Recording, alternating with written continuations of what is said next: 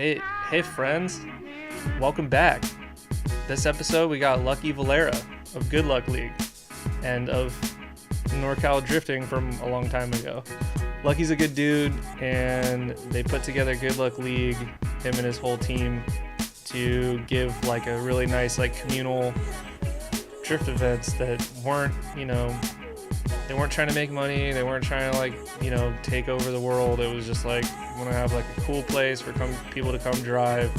They had their friend come out and like do coffee, and they were playing music over the speakers like at the first one, and it's just like a really good vibe. Anyway, yeah, we recorded this one on 420. I wanted to put it out on 420, but got stuff to do, man. We're busy, so you got it now. Yeah, we went off the rails a bit, and I don't even really remember what we talked about, so enjoy.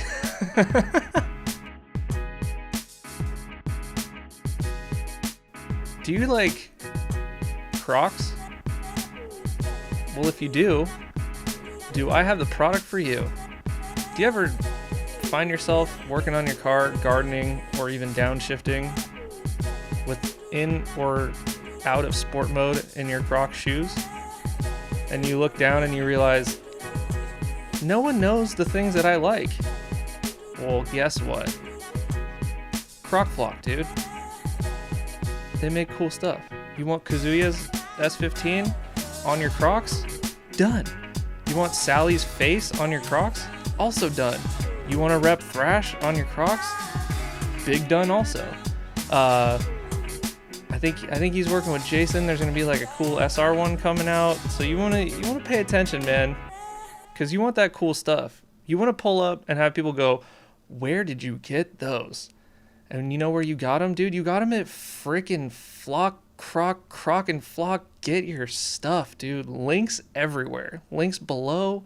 Links in the bio. Links in the information about the podcast if you're listening on the podcast app. Anyway, go check them out. Buy some stuff. 20% off if you use the code Goodest. Ooh, I've been waiting to say that for an entire year. You look good, man. Yeah, you look beautiful. So I'm like a mega lightweight, but it's 420, and I ate like a 2 milligram gummy. So let's go, dude. I can't handle shit. So we'll see how this goes, man. You said 2 milligrams? Yeah, that's it. So let's see. It's like nothing. Because we have like these microdose of I think they're 2.5, and like if I eat 2 of them, like I'm chilling. So 2 should be good, man. I think you'll be good. Yeah. I mean, you don't really smoke or anything, right? But it's 420. Yeah, I get like super anxious. I used to like when I was a teenager, when I was a troubled youth, run around with my friends on our BMX bikes and go to the convenience store and get some snacks, smoke some weed. Yeah, what was it called? We lived close to like a military base, not a military base, but it was like military housing, and they had like we lived near the Coast Guard housing, so they had like this like Coast Guard market, but like anyone could shop there, and we'd always go and get like they like sold like TVs there and stuff. I'm like just remembering this place. It was super weird, and like we go ride our bikes and go get like snacks and hang out front and just do bad kid shit. Is this in Vallejo? No. Where were you at? Dude, see that, and I'm fucked up because like I think that's one of the things when I was thinking about like the podcast, I was like, man, I want to learn more about Palmer. So put me on game, man. I don't know where you're at. I thought it was Vallejo. I grew up, so I was born in LA, and then my dad moved our family to New Mexico to take up when I was like 3 years old to pretty much like he took over as owner of a Native American art gallery. Whoa. So he was like cool with all the Native American artists, like painters and sculptors and all kinds of like mediums and stuff, and would sell people's art to like tourists and stuff, like expensive stuff. And then Yeah. something happened, and he had to like. It was just I don't know. I don't know Boogie like much out. about that era. But then we moved to NorCal, and we lived Oh. like right. We literally lived like a block from the gate of San Quentin, like the prison, like the high maximum security prison. But it was sick because it was like right on the bay. I don't know. It was tight. And then Dang. moved to Novato. And then my parents split, and then they kind of both tried to like get by in Novato. Mm-hmm. And I just, I live with my mom, single mom, trying to, pay the bills and stuff. So I had a lot of free time, to get in trouble. But yeah. Yeah. See, even when you say Novato, like, I don't know where the fuck Novato's at, man. It's in like the North Bay, so like it's really close to Infineon, Sonoma Raceway, Sears Okay. Point. Like that track is like 10 minutes away. So That's why you it's always like got west. to go there. Yeah, it's like west of Vallejo. Okay. Well, what about like Medang Life in them? Because like you guys were in that low budget crew thing, right? That's why I assumed like aren't they Yeah. in Vallejo? Yeah. So I actually met them. I met Eric, Tristan on Facebook because I went to one of the first Sonoma drifts and I was taking pictures and I put them up on Facebook and they were like, "Yo, thank you," because I just took pictures like random people, because like I didn't know what I was doing. And I had my Yeah. S13 at the time that my ex-girlfriend and I bought together because I didn't have enough money. It was $1,700 and we like went in on it. And as Sick. soon as we got that thing, she's like, just cash me out when you can. Like, this is obviously your car. Like she wanted to learn how to drift. And I like was like, yeah, we'll do it together. And then like literally Yeah. I was just in front of my mom's house in the driveway, like working on that thing like 24/7, dude. Dang. But yeah, so I met those dudes through Facebook and they were like, come shooting with us in Vallejo. And at the time, Vallejo was like mega bankrupt. They only had like 2 sheriffs on duty for the entire city. And for those who don't know, Vallejo, California is like, it's got some rougher areas, 707, say it backwards, dude.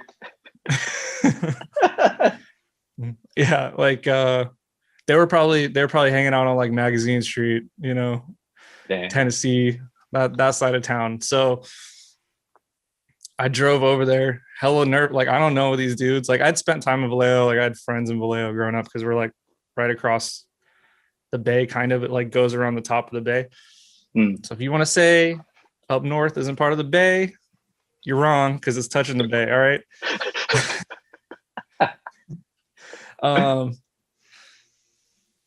Yeah. So I just showed up at this dude Tristan's house. And they were like doing graffiti like in his parents' garage, and there was like Sick. there's like an X83 like in the garage with like no motor in it and stuff. And I was like, where am I, bro? Like, what did I get myself into? But we all hopped in the cars and literally just went to like a spot that would I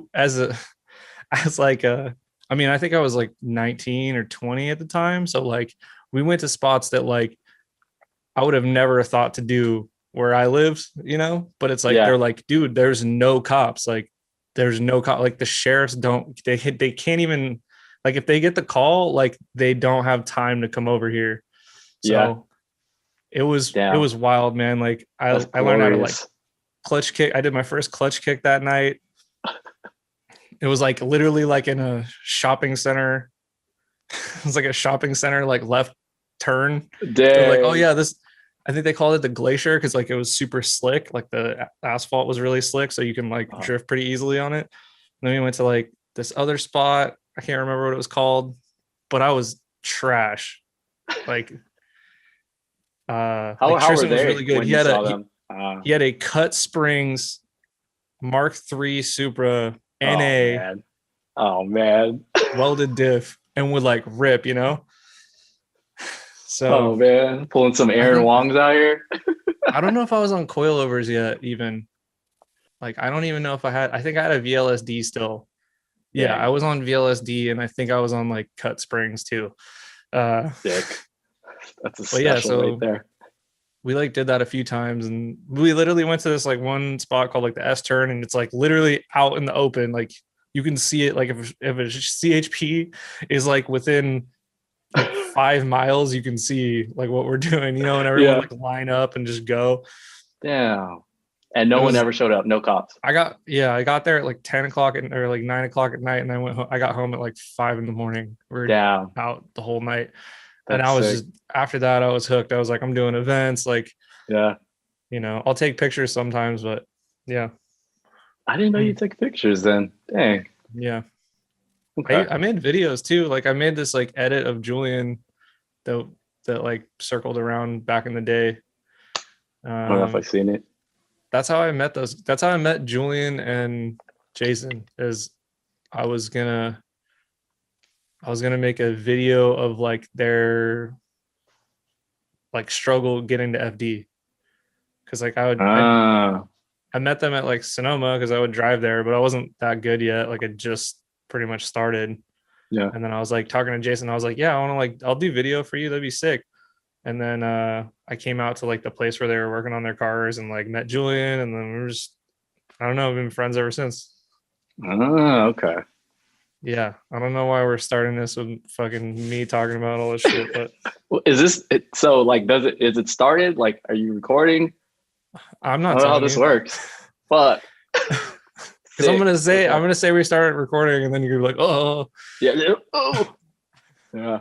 It was like that with when Dalton came over a couple weeks ago. Because like I never did a fucking interview before, man. So I was just yeah, like, fuck, like I don't know what kind of questions he's supposed to ask. Like, am I supposed to prepare these things ahead of time?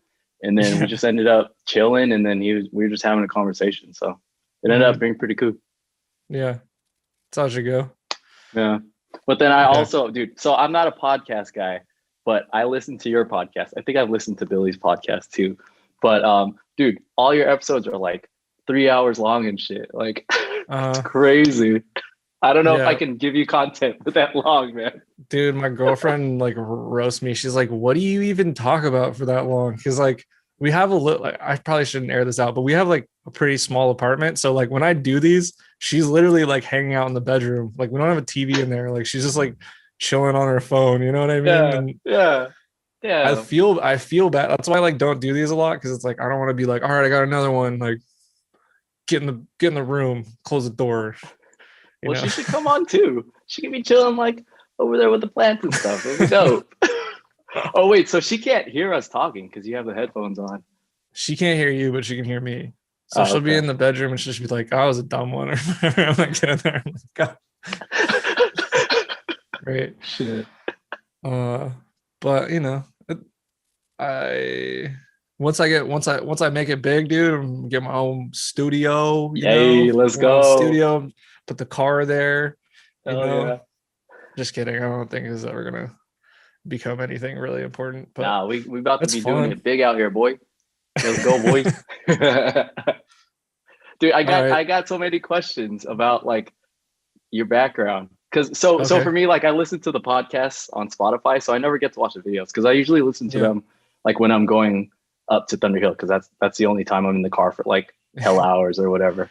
It's funny, like So at Thunder Hill, people be like, "Oh, I listened to the podcast on the way here." I'm like, yeah, "Sick," I'm Like, sure, man. It's like yeah, the perfect thing. Like you get to zone out because you're driving on the freeway and you just yeah. get to listen to the sweet sounds of Palmer's voice, man. It's sick. Ooh, sensual. Nothing gets the ladies moist like my voice. Oh shit. I think there was a study that like the pitch of your voice, like the lower your voice is, like the more Yeah. attractive women find it. And Hell yeah, dude. I think my voice is kind of high pitched. I don't know. I don't know where it falls. Like when you listen to your own voice, you're just like, Yeah. like I I hate feel that. editing these. I Yeah, feel you're that. always like, It's not the pitch for you though, man. It's them smooth words you be using. Oh shit. I appreciate it. I like listening to you on the way up, man. It's good stuff. Like It's the literally like the episodes are like about how long it takes to get to Thunder Hill too. So like yeah, exactly. sometimes I don't listen back to all of them, but sometimes I'll listen back to like some of them just to like remember what I talked about, because I'm like, I know Yeah. I'm gonna repeat myself, and then also like I want to see how the sound is, and I want to see like what I can do better and stuff. So Has it's your painful. has your like your sound, I don't know if it's called sound quality or whatever it is, but like from the first time you were doing podcasts to now, like has it gotten Oh yeah, it's so better? much better. Yeah. Sick. I mean, the first one, I think I just used my like MacBook Pro, but it was like my work computer. I just used my work computer and like used the Yeah. mic that like in the keyboard, and kind of rolled with that. And I then mean, it worked though. yeah, yeah. I mean, it's definitely getting better every time. I think I'm gonna stick with the setup I have right now for a while. Like it's pretty solid. Do you have like that? Like I remember Dalton had like this, it was crazy, dude. There's like it was in here. There's like a stick, and then it had one of those microphones that like were hanging down. Like this. Yeah, no, but like, okay, similar to that, but his was like on a string and it was like just like hanging. I felt like spin some rhymes or something. It was sick. Yeah, you should have. Crazy ass setup. Yeah, I can't though. I wish I could. Yeah, yeah, yeah. Dalton's a wizard. Yeah, dude. I'm Yeah. excited. So he interviewed you for the thank you for drifting thing that he's like putting together. Yeah. Nice. That would be cool. I don't know if I'm supposed to put his plans out there. I don't think I will, but Yeah. thank you for drifting. He got some shit brewing, and it's gonna be dope.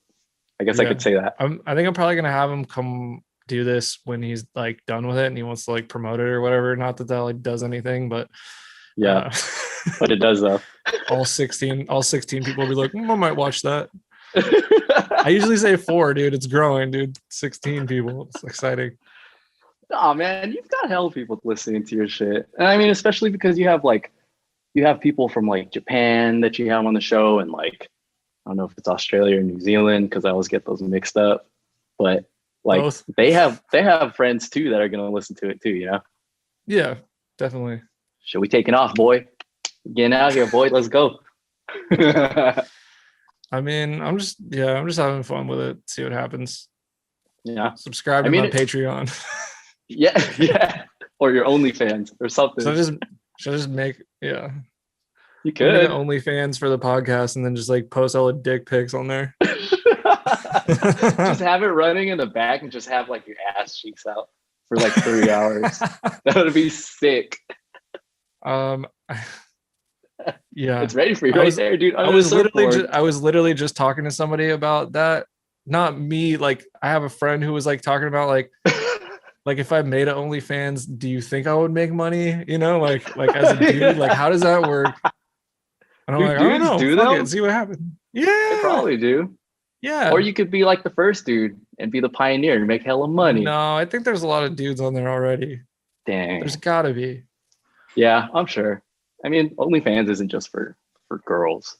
I think it's just majority. That's the only thing people want to watch, probably. Yeah, I was like at the beach the other day, and this girl came out and literally just set up like a blanket, and her friend was there, and I was like, oh, nice. And then she took off her jacket, and she was wearing like the thoughtiest bikini ever, and it was hella cold. Like it was not nice out. It was windy.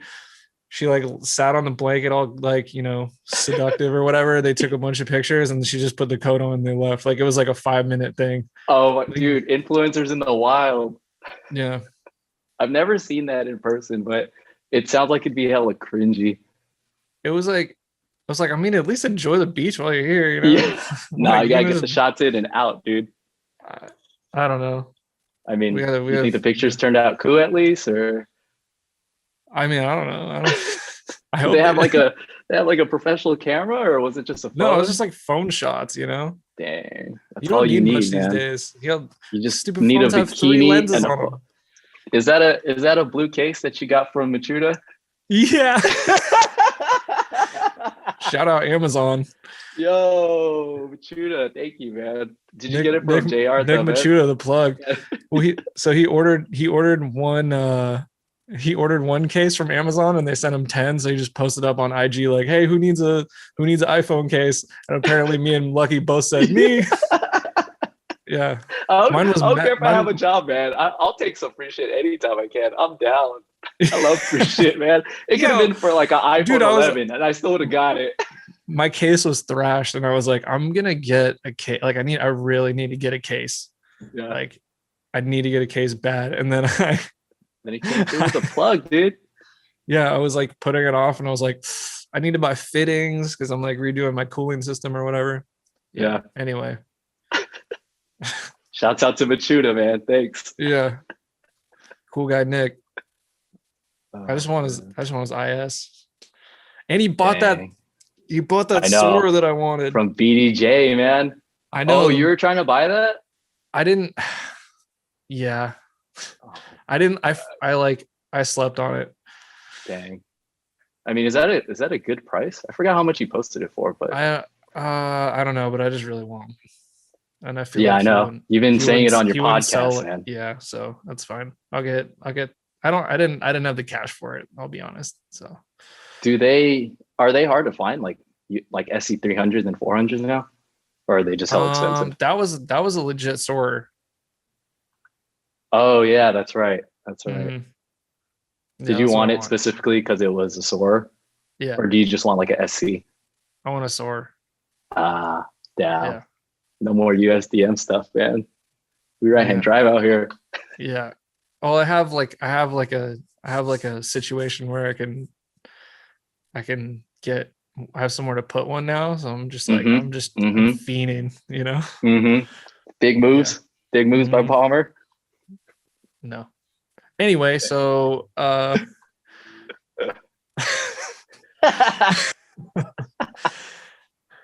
right, so you guys started Good Luck League on what premise? Like, were you like drinking one night with your friends and you're like, man, we got to do the drift events? Because like, how did this whole thing come together?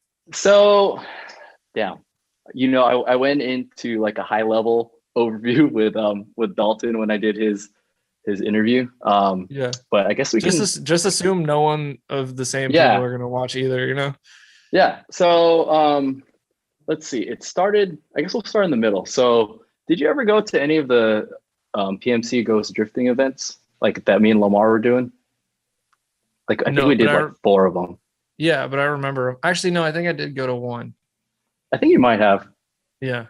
Yeah. But like I wasn't driving a lot that year.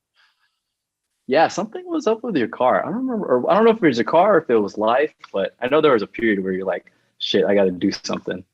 And then you came hard. Probably both. Yeah. Okay. But so Lamar was like doing his whole thing with Prestige Metal Coatings. I think he opened up in like 2016. I don't remember when it was. But I was just like, dude, let's do some drift events. Like that'd be sick. And we didn't really think much of it. So we just started throwing events and like homies came out.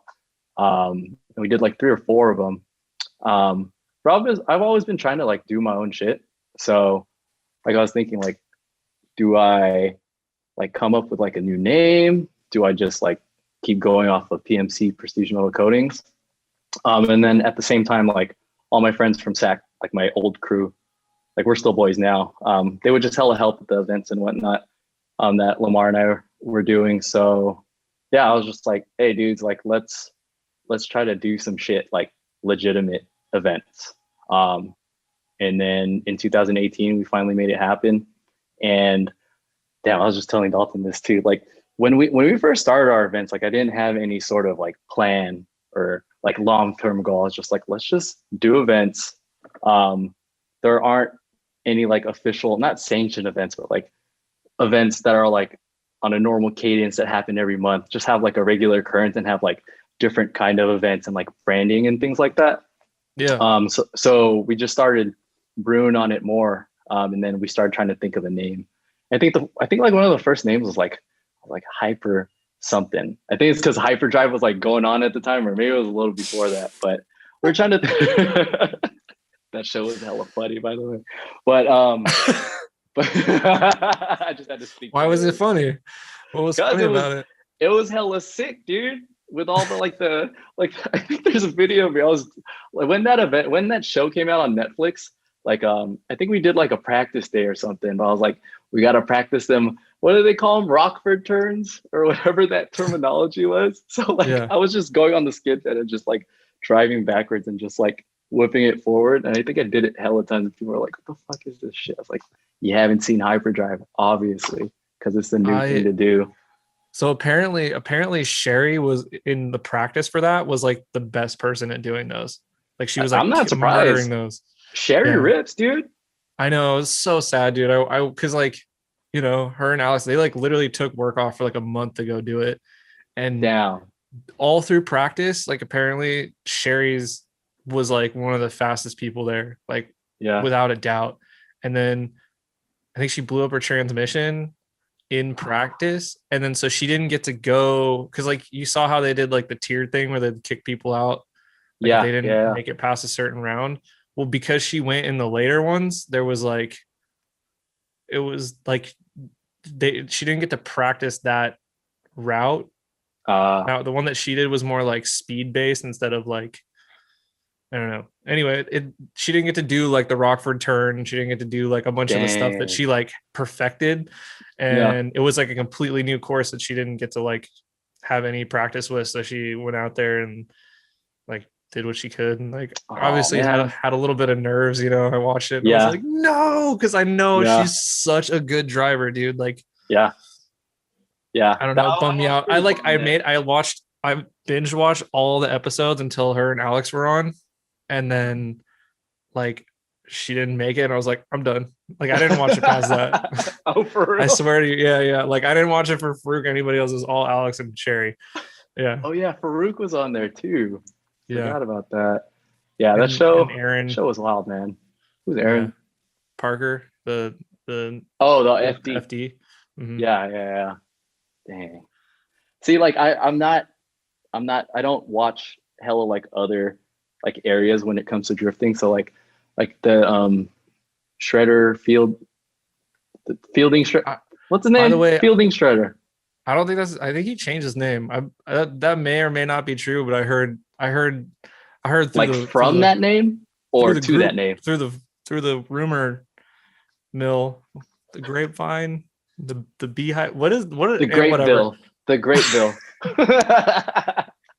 That he changed his name to like Shredder or Fielding or something. I don't know. One of those names or both or something. I don't know. Yeah, that's what I heard. Huh. I mean, that's a pretty. But I've never heard the last name Shredder before. Have you? No. Yeah. But it's sick. I mean, dude. Sam Street. That dude got a sick ass name. Yeah. Is cool name. Street's his real name, right? Or last name? Yeah. You can't make that shit up, man. And then his first name starts with an S. It's fucking sick. I mean, Jesse Streeter. Like, come on. Dang, are they related? No. They might be. They're from different countries, man. I mean, they could be, you know. Streeter. Like, he's like the Moore Sam. You know? Yeah, exactly. He's not. He's the Moore Sam. I wonder if there's a streetist out there. Oh shit! Oh my god! Oh, this episode's gonna be so dumb. I can't wait. It's gonna be so good. Like these guys are just doing a podcast on 420. They're obviously fucking high right now, talking about dumb shit. It's gonna be sick. So I think the thing that I like about Good Luck League is that, like you said, it's like on a cadence. You know, it's like you guys like you do it what you like. And I think like the biggest thing for me is the focus on the courses, right? Yes. Like there's not because I mean, everywhere, right? There's a lot of skid pad events. I mean, maybe some places that people live, they don't have a lot of skid pad events, but like Thunder Hill, the big skid pad, or even the small skid pad, like skid pad events, the course layout is so pivotal in how the day goes. Cause I've gone to events that are cheaper, right? Or like, you know, and they just throw some cones out there and be like, yeah, this is it. Though it's not worth the savings. You know what I mean? Yeah. Like, because you're not progressing. Like it's so important. Like, no offense to Sonoma, but they definitely like do some more wide flowy courses, which you know, for people trying to learn is great, right? Like, so that's that place, right? But like when, you know, you can go shredded if you're experienced, and you can go shredded if you're like, you know, learning. But but I think if Sonoma did, like, and obviously they have like the faster courses. If you get there early, you can go drive those, and that's definitely very technical. Mm. But yeah, I think the reason why I try and drive Good Luck League as much as I can is because you guys really, really spend a lot of time trying to figure out the course layout. Like that's one of the big things behind Super D also. Like when Julian did Northwest Trial track, he like literally worked with the people at the track and said like, I'm going to change this layout. I'm going to make it way more narrow, and I'm going to make it come back on itself. And that's why like a lot of the clips from that were pretty sick, because the course layout was changed and it forced people to like go faster. Right. So yeah. Well, thanks, man. Kind words. yeah. I don't know, like the way that I view skid pads is like, and just big courses in general. Like if there's just a set of cones laid out like throughout the track and there's not like a real line to follow, I feel like that's, especially if you're first learning, or even if you're like an intermediate driver, like it's kind of like you're practicing incorrectly. Cause like, if you see a cone like around that area, it's like, okay, I'm going to transfer there eventually. I'm going to switch to that end. And you can it's like, there's no consistency in like how you do the course. So I feel like you can't learn that way. And it's like, if there's no line to follow, what if you're one of those drivers that's just waiting for the car to react instead of like making the car do what it's supposed to?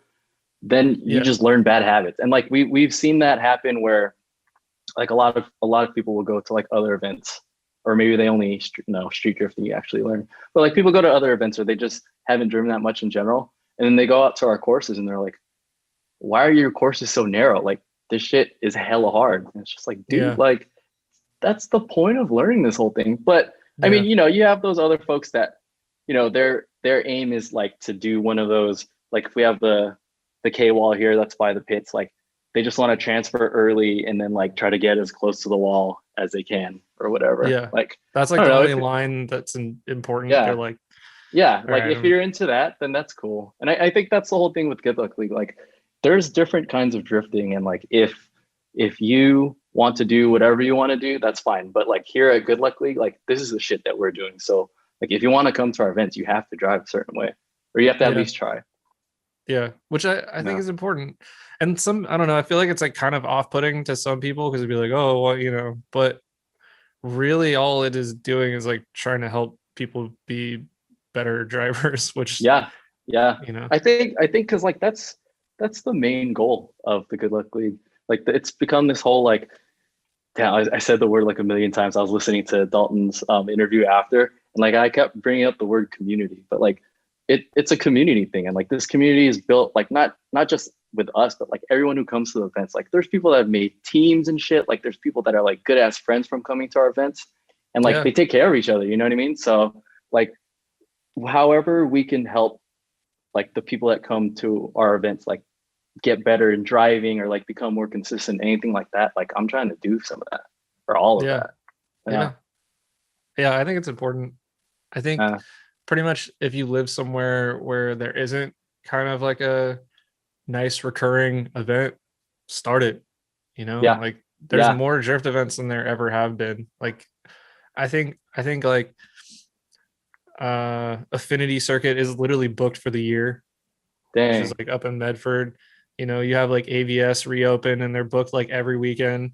The Thunderhill skid pad, like you have to book that like months in advance now, and there's pretty much something happening there like every there's like often there's an event on Saturday and there's an event on Sunday by two completely different people. So I mean there's room for it, there's space. Like if you book it, they will come. Exactly. It's not easy, is it?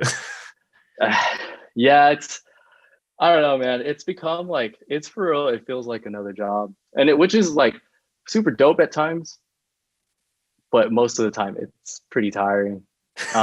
Shit, man. Yeah. Cause we do events like once a month now. So at least once a month I'm driving up to Thunderhill, leaving San Jose at like 4:00 in the morning, get there by maybe like 6:30 or 7.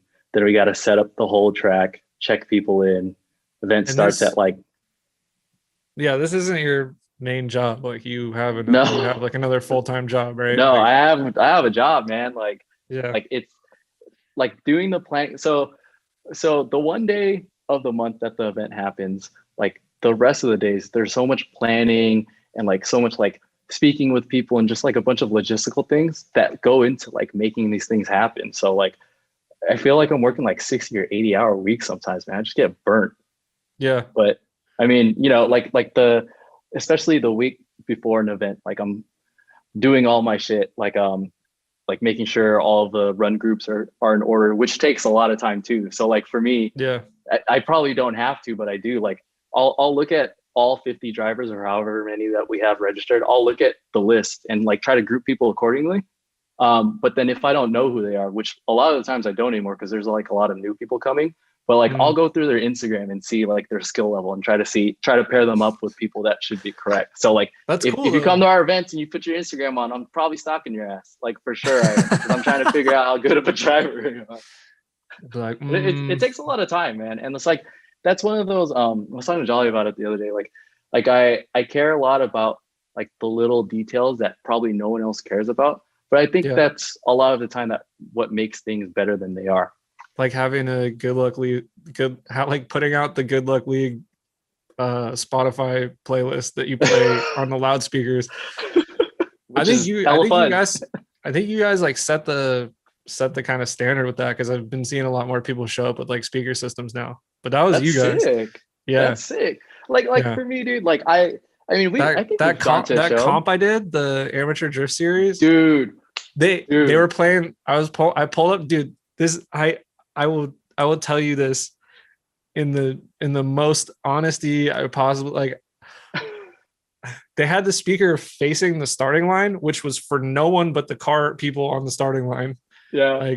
Like, but I would pull up and like pretty much during the comp, they were playing like Mac Dre, like the whole time.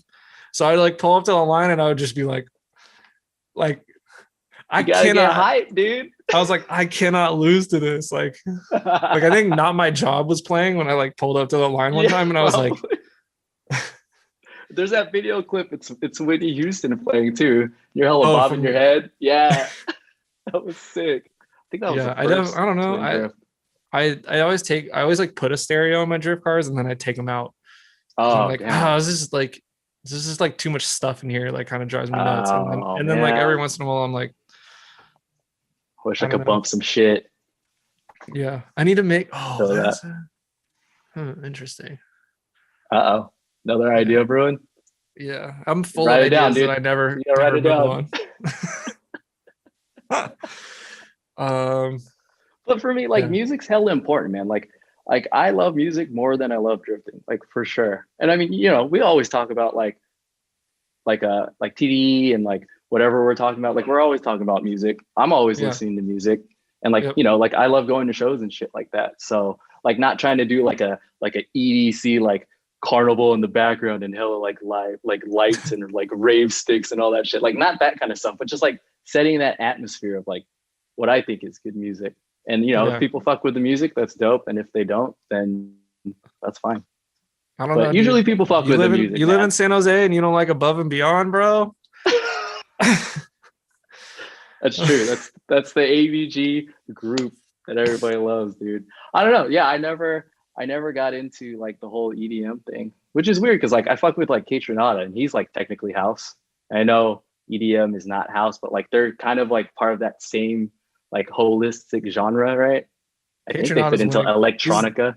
He's winning Grammys now, so he's his own thing. He's killing it, man. He's super dope.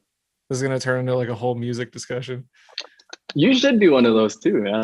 I don't know. I think most people love music, and I think people like talking about music. I like talking about music, but I think it's one of those things, like especially because this podcast, you're like getting to know people. Like, I think that's one of the first questions that I ask. Like, who's your favorite artist right now? Like, what are you listening to? Yeah. Who's your favorite artist right now? What are you listening to? Shit, man. So, damn, you stole it that quick? Let's see. Who am I listening to right now? Like I think for the past, damn, you can't see it, but I have a No Worries poster right there. But think for the past maybe like 5 years, Pac's been my favorite artist. Like the Malibu album is like my top 3 favorite albums ever. Then he started coming out with like weird stuff. Like have you heard that Jewel song that he has? Like it's like him with like a high pitched voice, and it's like him and his son dancing. Like the song's cool, but like that's not his shit. You know what I mean? Yeah, you like the like funky pimp talk music. Yeah, that's my shit, man. Yeah. And he fucks with like people from Stone's Throw and like the No Warrior sticker, like or poster. He does like, you know, like he fucks with like some cool artists that I like too. So and he just makes good ass music. Yeah, I agree. We've seen him. Yeah. Oh yeah, that's right. We were both at that show. Yep. Damn. That was a good show, man. It was super sick. Yeah. Who am I listening to right now? Yeah, who are you listening to? It's hard to ask like who's your favorite artist because so many come to mind. But like, what are you listening to the most right now?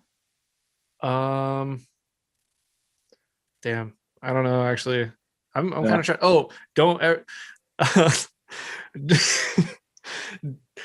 So I watched. Have you ever heard of No Life Shack, the guy who does reaction videos to like ciphers and like music videos and stuff? Is it one of those like if I see his face I'll know him? Maybe he did a reaction video to this like cipher from like I think it was like freshman of like XXL or something. I don't remember which one it was, but it was Designer, Anderson .Paak and Lil Dicky, and like he just goes in on Anderson .Paak. Like he goes on Designer like way. He's like he was roasting Designer, but then like he's like kind of. And you know what? Honestly, like it wasn't like the coolest freestyle. Like you could tell he was freestyling, and it just like it went somewhere. You know? Oh man, I gotta listen to it again. Oh so man, that sucks. Now I can't convince Julian to watch. Or I was like, no, his music's good, man. And he's like, you know. Damn. Like, whatever. Oh, that sucks. Dude, I mean, he's not really like a rapper, dope, but he's definitely not like a rapper. Like he's not. Yeah. But then I was like, why is he in a cipher? Yeah, that's kind of weird. Yeah. With Designer. What the fuck? I wish I could repeat the things that he said about Designer, but just go watch it. I'll go watch it. I'll go bookmark it. So who else is a part of Good Luck League? Like it's you. So this is my old crew from SAC. So like I started drifting in like 2005. Yeah, I started drifting in 2005. And I was in Stockton, born and raised in Stockton. I don't know if you know a little bit about Stockton, but like Stockton is it's behind on pretty much everything. Man, I used to go drift at the fairgrounds often, dude. That's the worst part because like the fairgrounds is like in the fucking boonies, man. So like it's just like a bad look for Stockton. I was there one time and I just went to like hang out and take pictures because I used to do that when I wasn't driving. And it was sick. Like the people who would like come and who didn't want to pay like $2 or whatever to watch, that would like sit on the outside. That's where like all the good pictures were. I overheard some of the wildest conversations. Like, oh man, I just remember there was like one dude and he was sitting in his car. No, he was like sitting on his car, like watching, and he was just yelling at the people driving by. What was he saying? Not like he'd be like, get on the gas more, get on the gas more, turn the wheel. like he was watching, you know, a football game. Yeah. He was like telling him like play by play, like how to like throw the ball. Like he was doing that, and it wasn't like descriptive at all. Like it wasn't like turn the like counter steer fast. It was like turn the wheel. Turn the wheel. Get on the gas. Get on the gas. Think about it. Yeah. Yeah. That's a good experience. At a Stockton, that's it was literally to it. He was doing that for like an hour and a half. Yeah. And then he just drove off, you know. I think he was driving like a Lincoln Town car or something. I don't know. Perfect. That's perfect. That's Stockton in a nutshell right there. Yep. Oh man. Yeah. But like I was saying, like Stockton, I don't know, it's always been like even when I was in high school, like it was one of those places. Like I used to be hella into like like fucking Dance Dance Revolution and shit. But like we had all like the fucking whack ass mixes in Stockton. Sorry, what was that? Dance Dance Revolution, dude. I know. Come on, man. I know people play some Dance Dance Revolution. Were you like a mall arcade fucking killer or what? No, dude, I wasn't because our mall didn't fucking even have the game, dude. That's Oh what man. fucking sucks. We had it like Do you remember Golf Lands? I don't know Yeah. if you had those in your. Yeah. So like we had a Stockton Golf Land and they had like the shittiest one. So like if I wanted to like do anything new or anything current or like trendy or whatever you want to call it, like I'd have to drive to the Bay to like Milpitas or like San Francisco or anything like that to like Yeah. get If you're to driving to whatever I was Milpitas into. to get current, right. Exactly. Like in Steaktown, USA. That's how I'm getting current in Stockton. Fucking A, man. But it was the same thing with drifting. Like I think I got into it, I don't know, like 2001 or something like that before I got my license. And I mean, you know, there's no car people around. Like the car scene is huge in Stockton. I don't know if it is anymore, but it used to be back in the day. Cause like that's where like we had like some fast ass Hondas and like everybody was into drag racing. I know a lot of people are still into it now, but like that's what was around me. Like no one had like a 240. Like whenever people saw like an 860, like, yo, like initial D, right? Like, man, fuck. So like you could just see that like there's nothing out there. There was not much like that. Like Nevada had like no car, no like. Oh yeah, that's true. They had like no car scene at all. So like when we were driving our like, you know, quote unquote drift cars around in the beginning of that, it was a lot of like very, very confused people. But now like it's funny, you'll go there and there'll be a bunch because it's right next to Sonoma anyway. I'm interrupting. Yeah, that's what I was gonna say. Like when you first started driving, like you would only have to drive to Sonoma, and I'm sure there was like some cars around there, right? Like 240s and shit. Well, back then it was like they wouldn't even sell out like a 40 car Wednesday night. Like often there'd be like 10 or 15 cars that would show up on a Wednesday night. You know, how many like go in now? The first year Sonoma, and then it started to get more busy like the second year, and then it was like then you couldn't even get and then after that just fucking as soon as it became accessible and like somewhat affordable, like because Sonoma was the shit because it was like $50 a entry or $40 to go drive, you know, and it's like and it wasn't a week. lot of seat time because there's a lot of people there, but like it was every week, so you could go and drive and get better, and I don't know, it was pretty helpful. So like over time, more people from that city would like come out and see it, and you know, out of the like 100 people that go watch it, one person's gonna be like, I want to do that, you know. That's like, true, huh? Or you give someone a ride along and then they're like, I need it. Getting the itch. Hell yeah, getting that itch, dude. Yeah. So you had to go. You asked the question. Go to the Bay. So I had to go to like the Bay and shit, and like right when I got my car, NCDA was already happening. Actually, when did you start drifting? Like what year? I think my first event was at Sonoma. So I think Sonoma just hit 10 years. And I think I went the first year. So 2011, I guess. But that was my first time doing a drift event. Okay. I showed up, did like half a lap, hit a cone, bent my tie rod, spent the whole time trying to fix it. I think I put a lug nut on the tie rod end. What? I think it's the same pitch. Yeah, like I lost a bolt or something when I was like working on it. It was bad. Like, okay, let me take one from my wheel, and then I'm gonna put on my tie rod. I had some like Steelies on the back of my SRT, and I drove it. Oh man! To my like dad's like condo neighborhood, and then they reported it to the HOA because it was anyway, because it had Steelies, and I spray painted them Tiffany teal blue. Oh man. Yeah, the NorCal special, dude. Yeah. They reported it as like a stolen car or like an abandoned car. No, they did. Yeah, they reported it as abandoned. Yeah, like 2 hours after I parked it, they knew it was mine too. Like they're just over it. Just get this shit out of my face. Yeah, calling the HOA. Yep. And so it was like that was my first event, but I've been like sliding around pretty much since I got my license. Like I always knew what drifting was. I just didn't like know where to do it or what parts I needed or anything. I see. So then do you know like NCDA? That's NorCal Drift Academy. Yeah, and it was at what's that? It's in Tracy. It's a course. It was like it's like a oval course, and they shut it down now. Doesn't like Altamont. some neighbors bought Altamont. Yeah, there we Yeah. go. Altamont Speedway.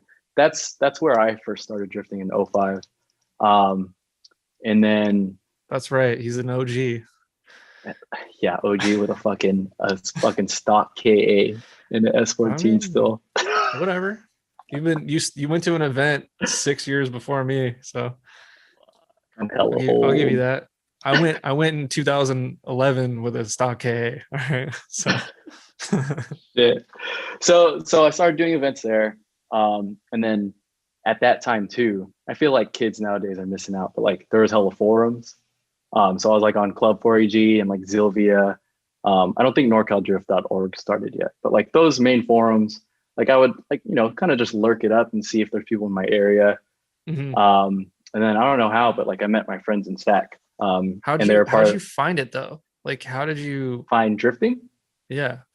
I mentioned this on Dalton's interview. There was these like before YouTube, like do you remember Mediafire, or am I hella old? Yeah, I know Mediafire. Okay, sick. So like I don't know what I was doing on there, but I might have been searching cars or something, but there's this video called Drift Mix 2, and I looked for it on YouTube the other day, and it's still up. Is it the one with 99 red balloons? Yeah. Playing?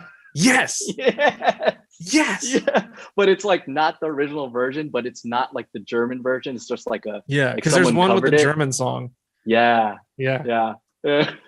Fuck all these old videos. But I watched that and I was like, dude, like these cars are sliding. It looks sick. Yo, and in that video, there's like stuff that's not drifting too. Like just to Yeah. be clear, like, but you didn't know the difference yet. Yeah. Like I you're think just like, is that yellow June Evo in it? I think it might be where like, it is drifting, but it's like, it's a 4-wheel drive car and he just yeah, like it's just power fucking sliding. rips it. Yeah. But like Yeah. that shit's sick as fuck even now. I don't know how the hell he did that, dude. I tried doing that on Gran Turismo after. It did not work. I want to find the person that made that video. Because like how many people got into drifting because they saw that stupid video. Dude, that video's legendary, man. And on Silly 80 Mania's, I think he posted like a picture of a Slide Squad. Mhm. And I mentioned it again. I was like, dude, Drift Mix 2. And then I think it's Mark from Slide Squad. He was saying, he's just like, yeah, like that video was made not by us. And he just like took our stuff like from our website and put it in the video. I don't think he was mad about it. But So he wasn't even a a part of that. So, okay. So to explain the Slide Squad, Mark, I just learned about on Benson's podcast, the Silly 80 Mania podcast, because he's talking about living in Japan during like, what was that, like 2002 or something? 2003, I think he was there, or maybe even before I don't that. know his story. Yeah, he was there, like, and that was their website, right? Like, I didn't know that a lot of those videos came from that. That's crazy. Yeah, dude, that video, and I don't even know if there's a Drift Mix 1, but like my old ass, like I still remember from 2000, whenever that is, I still remember that it's specifically Drift Mix 2. That's how fucking legendary that video is, dude. I couldn't remember what it was called, but I did find it on YouTube recently. Yeah, dude, it's hella good. It's still hella good. But like it has like the Slide Squad people in there. There's probably like some front wheel drive, like Civic drifting in there. I can't remember exactly. Dude, like last week I figured out because of Benson's podcast that the Toge course didn't used to have trees on it. And so I've been trying to figure out, there's like all these clips. Which Toge course? The Toge course at Ebisu. Oh, it never had trees at one point? When it at one point, all those clips of like people drifting and it looks like it's in like a rocky mountain. Yeah. I think that's Ebisu Toge course before anything, like right when they finished it and before any foliage grew on it. Yeah. Oh, what the fuck? Because there's like that clip of there's like a few clips of like the cars kind of like drifting up that thing. I think it's in Drift Mix 2. Dang. I've always been like, where is that? Like, is that even Japan? It doesn't look like Japan, because like Japan, like Toge stuff is always like super like green and stuff. And I was like, where is that? But it makes sense because they just did all the elevation. Yeah, that's wild. What I mean? That's wild. Now I gotta watch the video again. Shit. Yeah. So you just found Drift. Yeah, I found drifting from there. Yeah, and I was just like, I gotta learn more about this. Then I started seeing more clips of like, and I'm gonna find it after. I don't know if it's in that video, but there's this one course, and they go around like this hill. It's in Japan too, But like these dudes are just ripping it like in tandem. And like I just barely seen drifting. I was like, you can do it with 2 cars at the same time? No fucking way. So I just kept looking for more videos of that. And then I found like Initial D. And I would type drifting into like Kazaa Lite, but like you couldn't preview the videos or anything. Yeah. So it would just be like like you're downloading a fucking virus. yeah. It would be like, man, these kids these days, man, they don't know how hard it was to get anything on the internet. It was like, and like 90% of the time it was like an ad for something that someone just like changed the name of the file and uploaded it. And everyone's like, oh, I need this song, you know? Dude, and you spend like downloading it. Yeah, dude, like songs would be, I don't know, 4 minutes long, and like you want to get at least the 128K, like the quality, because it sounds shittier if it's like 96, but like a 5 meg file, because I was on dial-up back then, dude. That's like it would take an like hour at least. Yeah. And then your mom picks up the phone and it cuts the connection. You got to start it all over again. Yeah. It was the fucking worst. Yeah. Just imagine, for you kids out there who don't know what we're talking about, imagine torrents, but like on with your phone on edge, you know? Yeah. No, that sounds faster still, dude. Yeah, that might be faster, honestly. I don't know. Days of dial-up. But yeah, like that's how it was back in the day. Like it was hard to find anything. I was like when I was 13, I made my own Drift Mix 2 edit. Like I like chopped up Drift Mix 2 and I like Windows Movie Maker in Windows Movie Maker. And I think like what songs did I put on there? I can't remember. I'll have to hopefully some sick like Lil Jon stuff. No, I don't even think, well, because I was 13 in 2003, so it was like 2003 on my compact PC. Dang. With the Q compact, with the big like tube monitor. Hell yeah. Take it up half the space. Hell yeah. Damn, we're fucking old, dude. Oh my god, I was just thinking about that the other day. Yeah, I'm feeling it, man. I'm starting to feel it. Welcome to the Kind of Old Guys podcast, where we talk about back in our day. Yeah. Sitting on our front porches, just yelling at the kids going by. Yeah, get on my lawn.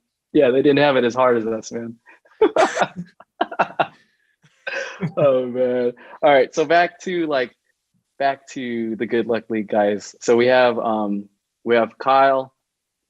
I think you know all of them. Got Kyle, he has the silver 350Z. Emilio with the fastback single cam, and then Dre with he always changes cars, but right now he has a red Corolla. Yeah. And then Dirty, I don't know if you know Dirty Rob. I think you know Dirty Rob. We call him Dirty Rob, but yeah. So Rob. How do you get that nickname? I don't know. Hey, you know what? He goes by that name. I think I learned it from him, but everybody calls him Dirty Rob. I think thinking about it now, like in the old. Did you watch the Italian Job? And he's like, "Well, I'm not handsome. I'm not handsome Rob, so I gotta be fucking Dirty Rob, dirty rugged Rob." No, actually thinking about it, like back in the Sac street drifting scene, like back in the day, there were 2 Robs. There was Tall Rob, who I don't know if you'd know, and there was Rob, and I mean, the name Dirty just got applied to the front of Rob for whatever reason. It's just been sticking since I've known him, man. Dirty Rob. Yeah. But yeah, those are the dudes we used to be in this SAC crew. It's called Dory Sluts. And then we went sick ass name. So there was Dory Sluts and there was Dirty Girls. And it's weird. D-Backs used to work with one of the guys in Dirty Girl. Super random or coincidence.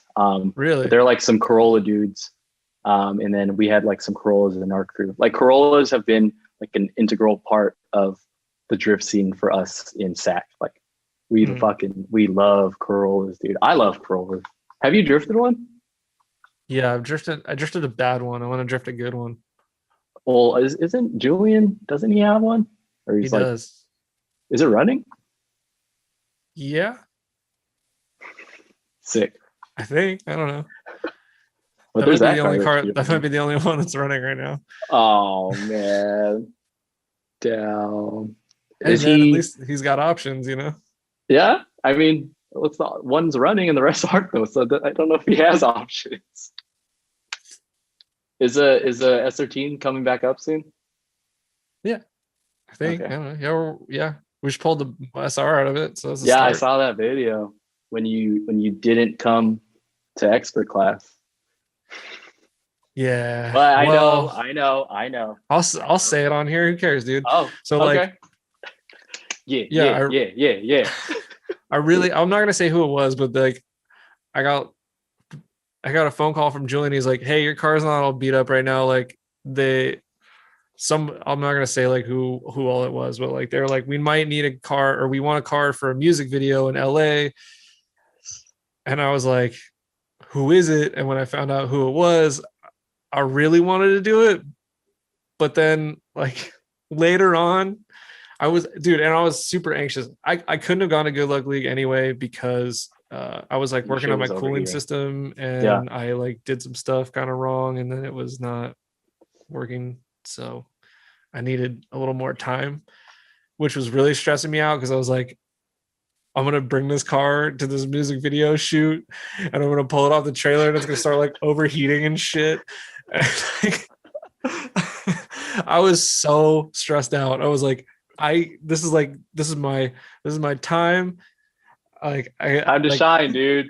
because like dude, I don't know what like why is everybody using drift cars in their videos? Like the Who's been in weekend one? sat in at FC. Like okay, Yeah. should we go through the order? Yeah, I don't let's know if I'm go, gonna man. get Because it I in don't know order. all of them. The weekend sits in an FC. Uh-huh. Blood Orange puts a Corolla in a music video. I haven't seen that. You haven't seen that one? You know I Blood do fuck Orange? with Blood Orange though. Yeah. Is this Yeah, Blood the Orange? the No. like oh, and one of my friends from New York like he's like in that video for like a second, like he's like cleaning the ground because he was like the one of anyway. Shout Sick. out Oak. He's not gonna watch this. He made us watch, or that's the only reason I saw it because he made us watch it when he was visiting. He's like, I'm in this video. We're like, okay, sick. And I then was it's like, like, that's wait, a there's a Corolla. Corolla. I was like, there's a Corolla in this. And he's like, that's all whatever. Anyway, I only Yeah, care you're about cars. sick in there too, but the fucking Corolla. Dude, did you see the Hachi? Oh. Just like, what the fuck, man? So there's that one. And then Travis Scott like sat in an FD. Yeah. But then there's like a rally like E30 in the same picture, and you're like, who picked these cars? Anyway, Random. I don't remember the E30, but I remember the FD. And then well, there's wasn't there a Supra in the background too or something? I don't Or something remember. else.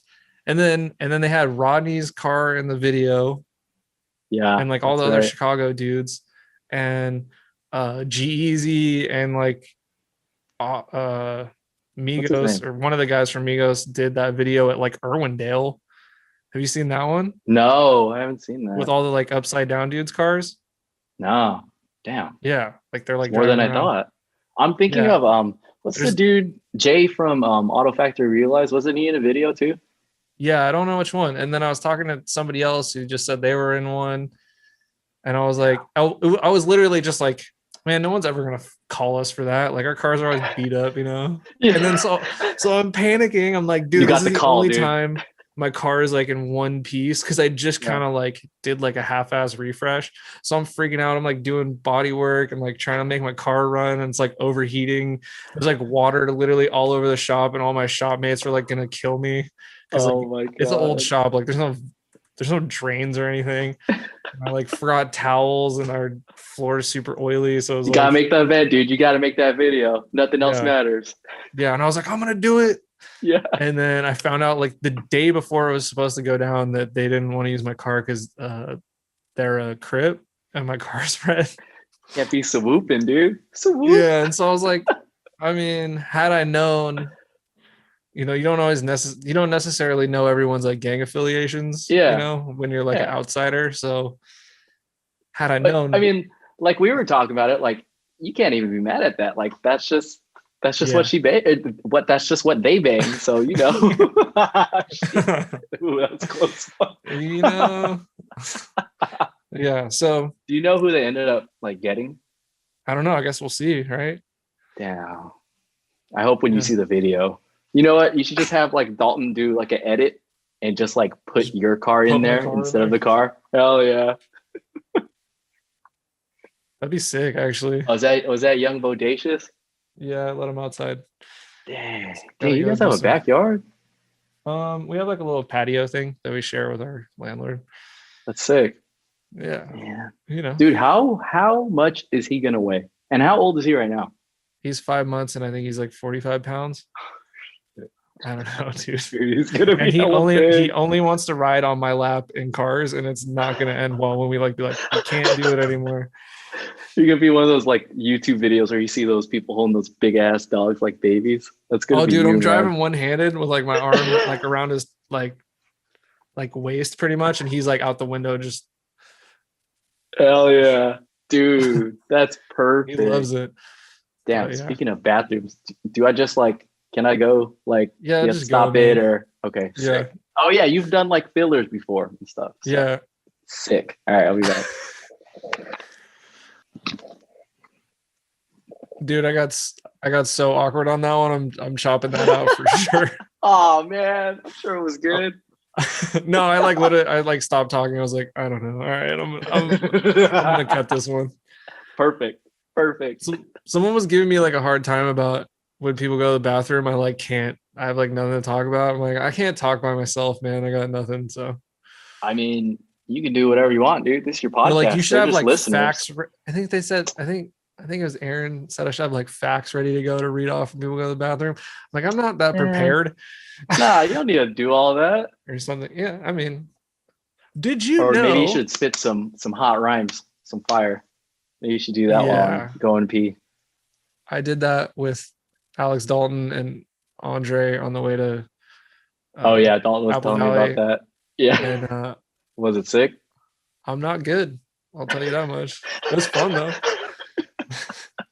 Dude, like thinking off the top, like the dome like that, I don't know how people do it, man. That's like a real art. I'm not that quick with it. I think you might be though, because like when you're doing the live stream and like we watched it back after, dude, we were all fucking cracking up. Like your fucking one-liners, man. You had so many of them, and I was thinking at one point, I was like, does this motherfucker have it written like in a book somewhere? Because you're just like boom, boom, boom. What was it? Don't drop the Pope. Don't drop the soap. Someone called the Pope. That was a good run. You said, I think that's how it goes. And like, dude, you just killed me with that shit. I was dying for hell long. I was watching FD the day before, and I was like, oh, they just had like, I was like, J-Rod just says like dumb shit the whole time, you know? And I was like, I can do that, you know? Yeah, but except yours were actually funny. That shit was funny, dude. Thank you. It was hella funny. You had hella bangers, dude. Yeah, you know who else is really good at it is Lex. Who? Lex was judging the event that I was driving, and I could hear him announcing like when I was watching the videos and stuff. He's quick, like he can say exactly what people are doing, like in the time that they're doing it. Like when I was trying to like commentate the Good Luck League Twin Drift that you had, it's hard to say like what people are doing when they're doing it, right? Like it'd be like they're doing this, like it's hard to like get that out. So like I would just kind of like default to like saying funny stuff because I couldn't like I couldn't be like, and they're doing this and that and he's here and like, you know, perfect. Like, that's way better. We could all watch what's going on. I'm trying to hear some funny shit. Yeah, that was fun, man. I wouldn't mind doing more of those. I would love to. I'd rather drive, you know.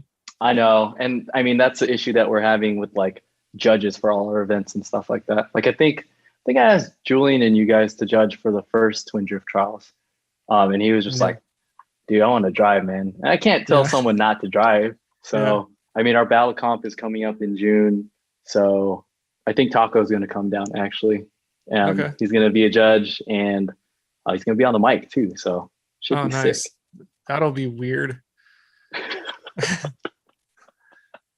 He's funny, man. He's funny.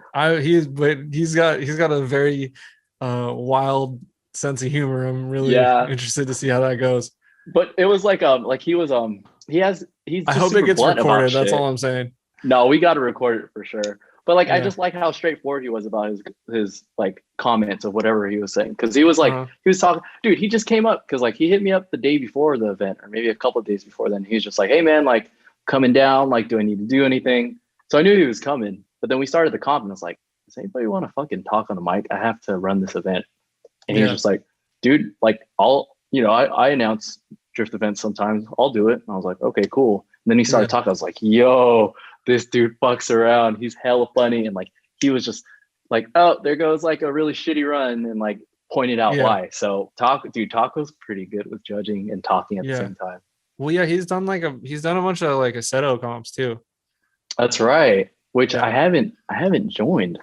I wonder if He he's does gonna do any soon. he does the LSD stuff. I feel like Good Luck League and his like events are kind of similar. His are like the SoCal Yeah, version yeah. a bit. That's how I see it too. Just like super grassroots, and like at least I think Taco and I have like the same thing that we're chasing as far as drifting goes and like the style of it and shit. Trying to not take it seriously and then but also like push the driving.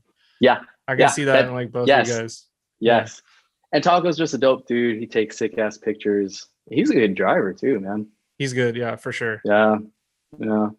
Hopefully we do. He's another one of those dudes who's just like naturally good, but he just needs like I don't know if it's like more time on the cars or like whatever, but it just seems like he has a lot of issues. Or maybe with the that's car just, itself. yeah. Yeah. I could see that happening. I think it's time. It's always time, or maybe not. Yeah. I don't know. But Yeah. it seems like some of the like best drivers are like don't put the time in on the car. You know? Yeah. I mean, I'm not saying I'm one of the best drivers, but I definitely don't like putting the time that in was cars. that was not a dig at you, but also spend more time on your fucking car. I know, dude. So like, I always talk about this with the Good Luck League guys, but like they know I don't like fucking working on cars. Like I hate that shit. There's actually, it's funny. There's this clip of I think Teddy's under his R32 or something in one of his realize videos, and he was just saying something like, "I fucking hate working on cars. Like I don't like it." Blah blah. And I was like, dude, I fucking get you, man. I've never liked working on cars, and I think it was in the last episode when you're talking to Keisuke, and you're saying that like now that you don't work on cars or work with your hands, like it's nice for you to like be able to do that at sometimes. Yeah. I don't feel like that at all. I feel zero. I don't relate to that at all, man. But like I remember that you had said, I don't know if it was last year, whenever it was, you're just like, yeah, dude, like if you want to drift, like you have to do everything else that comes with it, which is like working on your car and shit like that, spending money. So yeah, I mean, get your car like close to you if you can, so that it's not really hard to work on your car. That's a rough one. I mean, yeah, I know. I mean, it took me a long time. Yeah, but I figured something out. It's dope too with like the Good Luck League dudes though, because like they all live in El Sac, like they all like live in houses, have houses, and they have the space for it. So like it's really cool that I'm able to just leave my car there and then just head there for the weekend to work on stuff. Like last weekend, we started doing all the turbo shit for the KA, and then I'm heading there again this weekend to like pull the motor and like hopefully finally get that shit going. What are you gonna do for a tune? Lamar. Nice. This is what happens. Okay, so you're gonna get like a stand. You're gonna get like a legit standalone. You're not just gonna like. So when it comes to engine builds, Rami boys. Yeah, I mean they work. Not that one. It's because Lamar pushes Link ECU. Yeah. And the way that my engine builds go is, Lamar, what do I buy? What do I do? Because I want power. And then he just goes, boo, buy this, buy that, buy this, buy that. And then I just buy it. And it ends up sitting around for like hell years. But like, I don't know, man, for me, and I know now, like I try to take more ownership of like working on my car and just doing shit to it, which I have been. So that's been good. But like engine shit, man, I don't know what the fuck's going on. And I know plenty of people who do know how to do that stuff. Like Lamar, he builds motors like all the time. So this is gonna sound so stupid. I didn't account for like which way the water is going through like certain parts of the pipes. I was like, oh, there's water there. I didn't think about like the path that it travels. I like just learned that like if it's not circling through the radiator, it's like circling through like another part of the motor. I had no idea, dude. I had no idea. See, that's why we should leave it to the experts, man. No, that's why you got to do it wrong and then get so you can do it like right a whole week, but then you totally understand how that system works. Is that why your car was having the overheating issues? Was that it? So since I put the JZ in, like I didn't have any kind of like breather swirl or any kind of like it was really hard to tell if it had air in it, right? Yeah. Like because on the BMW, the radiator sits lower than the engine, but in a JZX or like any of those chassis that have the JZ, the radiator sits above. and you have your cap on the radiator. But on the BMW, the factory radiator does not have a cap because it has a coolant overflow tank. Right. Weird. So there's no like radiator cap on the BMW radiator. But you have a BMW radiator still? Yeah, I have the M3 radiator. Oh. Yeah. So like Koyo baby. Hey. Keep it icy. Keep it icy, keep it cool. Keep it cold. keep your shit cool, you know? Anyway, so I have a Koyo Red and it was still getting hot, so I know something's fucking wrong. Yeah. Yeah. Because you never overheat when you got a Koyo. That's like for sure. Koyo Red. Call your dad, get a Koyo Red. See, no, that's not funny. About, I'm extra bad right now. Perfect. That gummy's kicking in, dude. I'm Hey. We're whatever. Yes. Yes, man. Yes. Oh man. Yeah, so now that ad's over. No, they have no one. Oh, dude. Sponsored by Koyo. Actually, we haven't like discussed like, I guess I should just do it anyway because fuck it. But Greg from the Croc Charm, like Croc Flock. Yeah. Said he'd sponsor this episode if I did one with you. Oh God, really? So get yourself some Crocs and get yourself some charms, Yo, stick them on there. He's making some like cool. He's making like some pretty cool ones. Like I think he's working with Jason to do like an SR one and like all kinds of like he's doing some pretty creative stuff. And then they make. I don't want to like put his like future plans in, but he's coming out with some dope stuff. And like Greg's just a cool ass dude, man. That guy's super smart. I found him on GitHub, which if you don't know what GitHub is, it's like a programming. It's like the programming. It's where they put like code and shit like that. Yeah, like if you work on like code project, you like upload it there. Yeah, and like people can see it. It's kind of like it's like the YouTube of like code, I guess would be the closest thing I can. Yeah, but you can like download it and mess with it and stuff. Anyway, he had code written for pulling the information from a KA ECU and like putting it on a digital dash.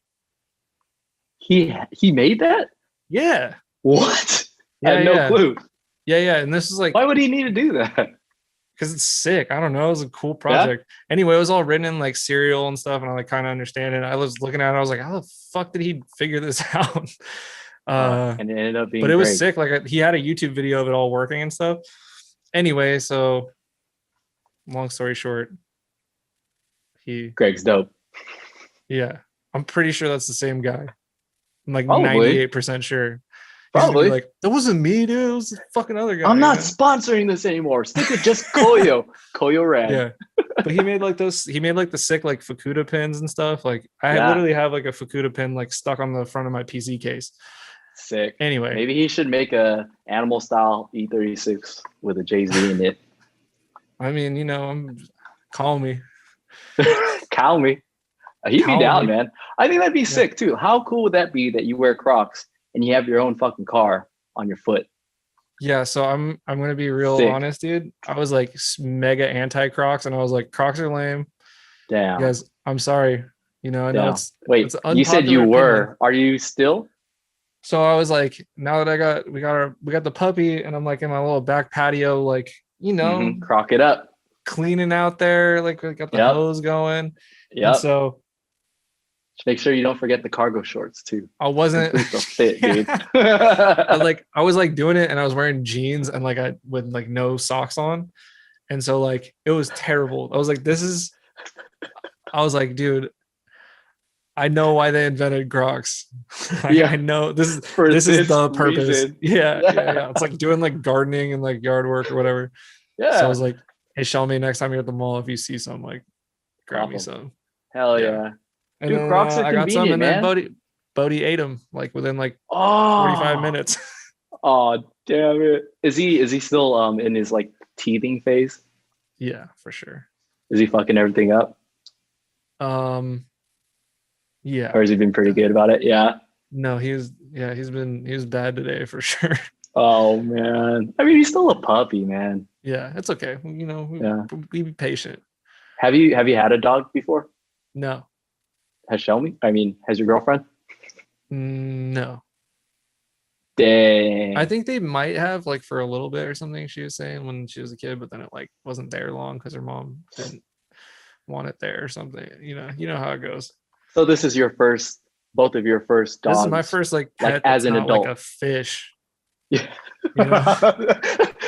A goldfish that you just leave in the corner and like Dude, feed once a I year. came home from like one of those like kid birthday parties where they like give out goldfish, and then my dad fucking just went full crazy and like built like a whole aquarium, and like For this the one fish fish. got huge, dude. You know the little goldfish they like give away at like the fair Yeah. or whatever. Yeah. I came home and he was like pissed. He's like, who gives away like animals at like a thing? Like then the parents got to take care of. He's like freaking out, and like, but then of course he just like went ape shit, and like Hell yeah. we had like a tank, like a huge tank with like lights and like looked like Hell yeah. like skulls and shit in there, and So then they all swim died through the within, eye, dude. Oh, and then they all died like after like 2 months or something because they got huge. They had like man. they like if the tank's too small, dude, goldfish grow hella fast, like I those didn't know little that. ones, or maybe he was just fucking feeding them too much or something. I don't know. Anyway, How or big they was weren't it? that big, and the thing was like this big, and I was just Like a fucking like a koi fish, they were get I don't know, dude. I was when you're like a little kid and you go everything's back fucking hella big. Yeah, like have you ever gone back to a place that you haven't been since you were like really it looks short, completely different. and you're like, Yeah, whoa, like this yeah. perspective is crazy. It's definitely exaggerated for you compared to me though. Because how tall are you? I'm 6'5". 5'10", man, barely. I'm probably 5'9", and I just say 10, so I have that extra digit. You know what? You're above average, Lucky. Yes. You're a lucky man. I'm tall for Asian, dude. Yes. Yeah. Dude, it's funny, because I've been listening to your podcast every time, I go trips or whatever. And like I was thinking about it before we started talking, like fucking Ilya has this crazy ass story to tell about him like building his Ilya empire when he was like 18 or however old he was. Then you got Keisuke over here like driving his Corolla around when he was like 3 years old or however old he was. Like all these people got these crazy ass stories, man. You got Benson Sue on there, which I don't even need to say. It's freaking Benson. Like, yeah, I don't have any cool stories like that, man. I probably should have started with that. Should I have gotten somebody else then? Like, yeah, you know what? Cut this one. This one fucking sucks. All you're doing is talking about being high. Yeah. We'll let's talk some drifting stuff, man. One of I'm the down. things that I wanted to ask you, and maybe you can ask like the other folks that you have in the future, is like for me, like all of the driving that goes on in Mahon and like just Japan in general. Like I don't really have a link to that. Like I can I don't know, bug Ryota or something, but like I'm mostly talking to like Keisuke and like Julian, asking them like all the nerdy questions about setup and like technique and things like that. But I feel like that information, like it's not easily available for people that don't speak Japanese. And I guess maybe that's part of it. Like if you don't put in the time to like learn the culture and learn like the language, maybe you don't deserve to like be able to learn how to do these kinds of things. And if that's the case, so be it. I can't invest that much time learning fucking Japanese. But I just feel like there's a bunch of us that wish that info was available, but it's hella not. Yeah. How do we make that happen, man? I want to learn all this stuff. Man, I mean, I feel like so for me, none of that helps because I have like a completely different car than a lot of the but you still drive. Most people in Japan. Yeah, I agree. It some of the like concepts of driving and stuff get passed down, and there's also like a lot of bad information out there too. Yeah, because it's like assumptions of, well, I saw this here. What is this? What is that? Like, what, and then like, oh, this is my interpretation, and then it's not actually correct. Yeah, or there's like, people are taking like partial information from one thing, and like, I was talking to Blake. I don't know if you know who Blake is. Blake Roder, brake rotor on the setup. Yeah. I was playing at Seto with that dude, and he was like, "Oh yeah, my friend told me to get like huge spacers, and like, yeah, he has like a 350Z, right? Like, I'm That like, doesn't work on okay, that, does it? yeah, it's I don't not, know. yeah." And I was like, "Yeah, man, it's not the same suspension. That's like, it's got like an upper and lower control arm, right? Like, Yeah. you adding scrub radius isn't gonna like make the car auto steer because you have short, like the control arms aren't changing, Hmm. like." But I think like a lot of it is, dude, imagine, okay, so like on the the Still 80 podcast, or the Still 80 Mania podcast, they were talking about getting that information from Japan like back then, and it's like they only had one dude out there like relaying that information. So it's like a What they used handful, back then. it was like a handful of people, like sharing, Just like, calling each other and like, yo, dude, I learned this like in Okinawa on the base or something like that. Is that how they did it back then? yeah, I just like, I don't, yeah, no, that's not a question for me, like how, Oh, and Benson, dude, we gotta know. it was like a lot of like watching and guessing, I'm sure, and that's like what we're Yeah, still doing now. But I yeah, mean, that at this point the information's like pretty, you're right, it's not available, but it's like way more available than it was, I yeah, guess. yeah. And I mean, there's that dude, Drift Crash, that came out with a video talking about it specifically. Yeah, Um, Mido. is that it? Like, is there any other I like mean, information available? there's way more to it than that, obviously, right? Like Yeah, yeah, yeah. But like, there's way different school of thought of car setup, even in Japan. It's not like, mhm, America only does drift cars one way and Japan only yeah, does drift cars another way. Like, we're starting to influence them, and people are like doing LSs and Wisefab and yeah, hydros and stuff. And then it's like it's gonna be this like weird thing where we're like constantly like switching back and swapping. forth, yeah. Yeah, it's a melting pot of drifting, dude. Yeah, I mean, Yeah, and then at one point it'll all just be like, well, there'll still be different stuff, yeah, yeah. I don't know. I don't know how to get the information out. I But don't yeah, know I think either, Middle man. did a good job of it. Yeah, I think if we can get more of that, but like correct. I'm not saying he's incorrect, but Yeah. just more people putting shit out there for me to like listen to while I'm driving at Thunder Hill, because I listen to all of the Palmer podcasts already. I gotta listen to Yeah. something eventually, man.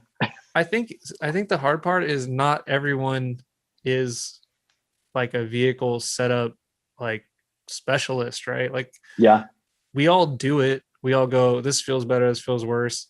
yeah, I hadn't touched my dampening settings, whatever, damping settings on my dampening. coilovers for Yeah, like 4 years. You know what I mean? Like, I just like set them and I was like, oh, it feels it's good enough.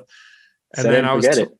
I was told by like other BMW uh people. I'll just say it. I was talking to Rome.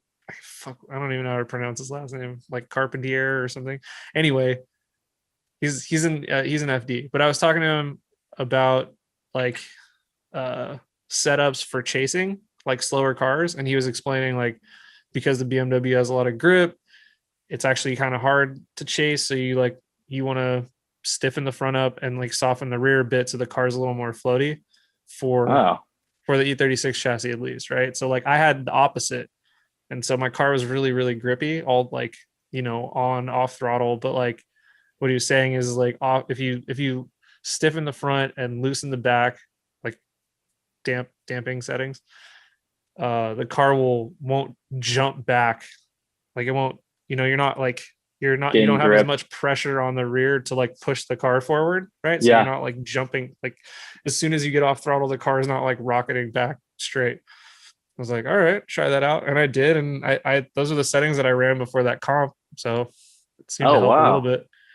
I can't tell if it did anything because I Yeah, was I was just gonna running ask, like, does it drive differently than before you it set it does. up like that?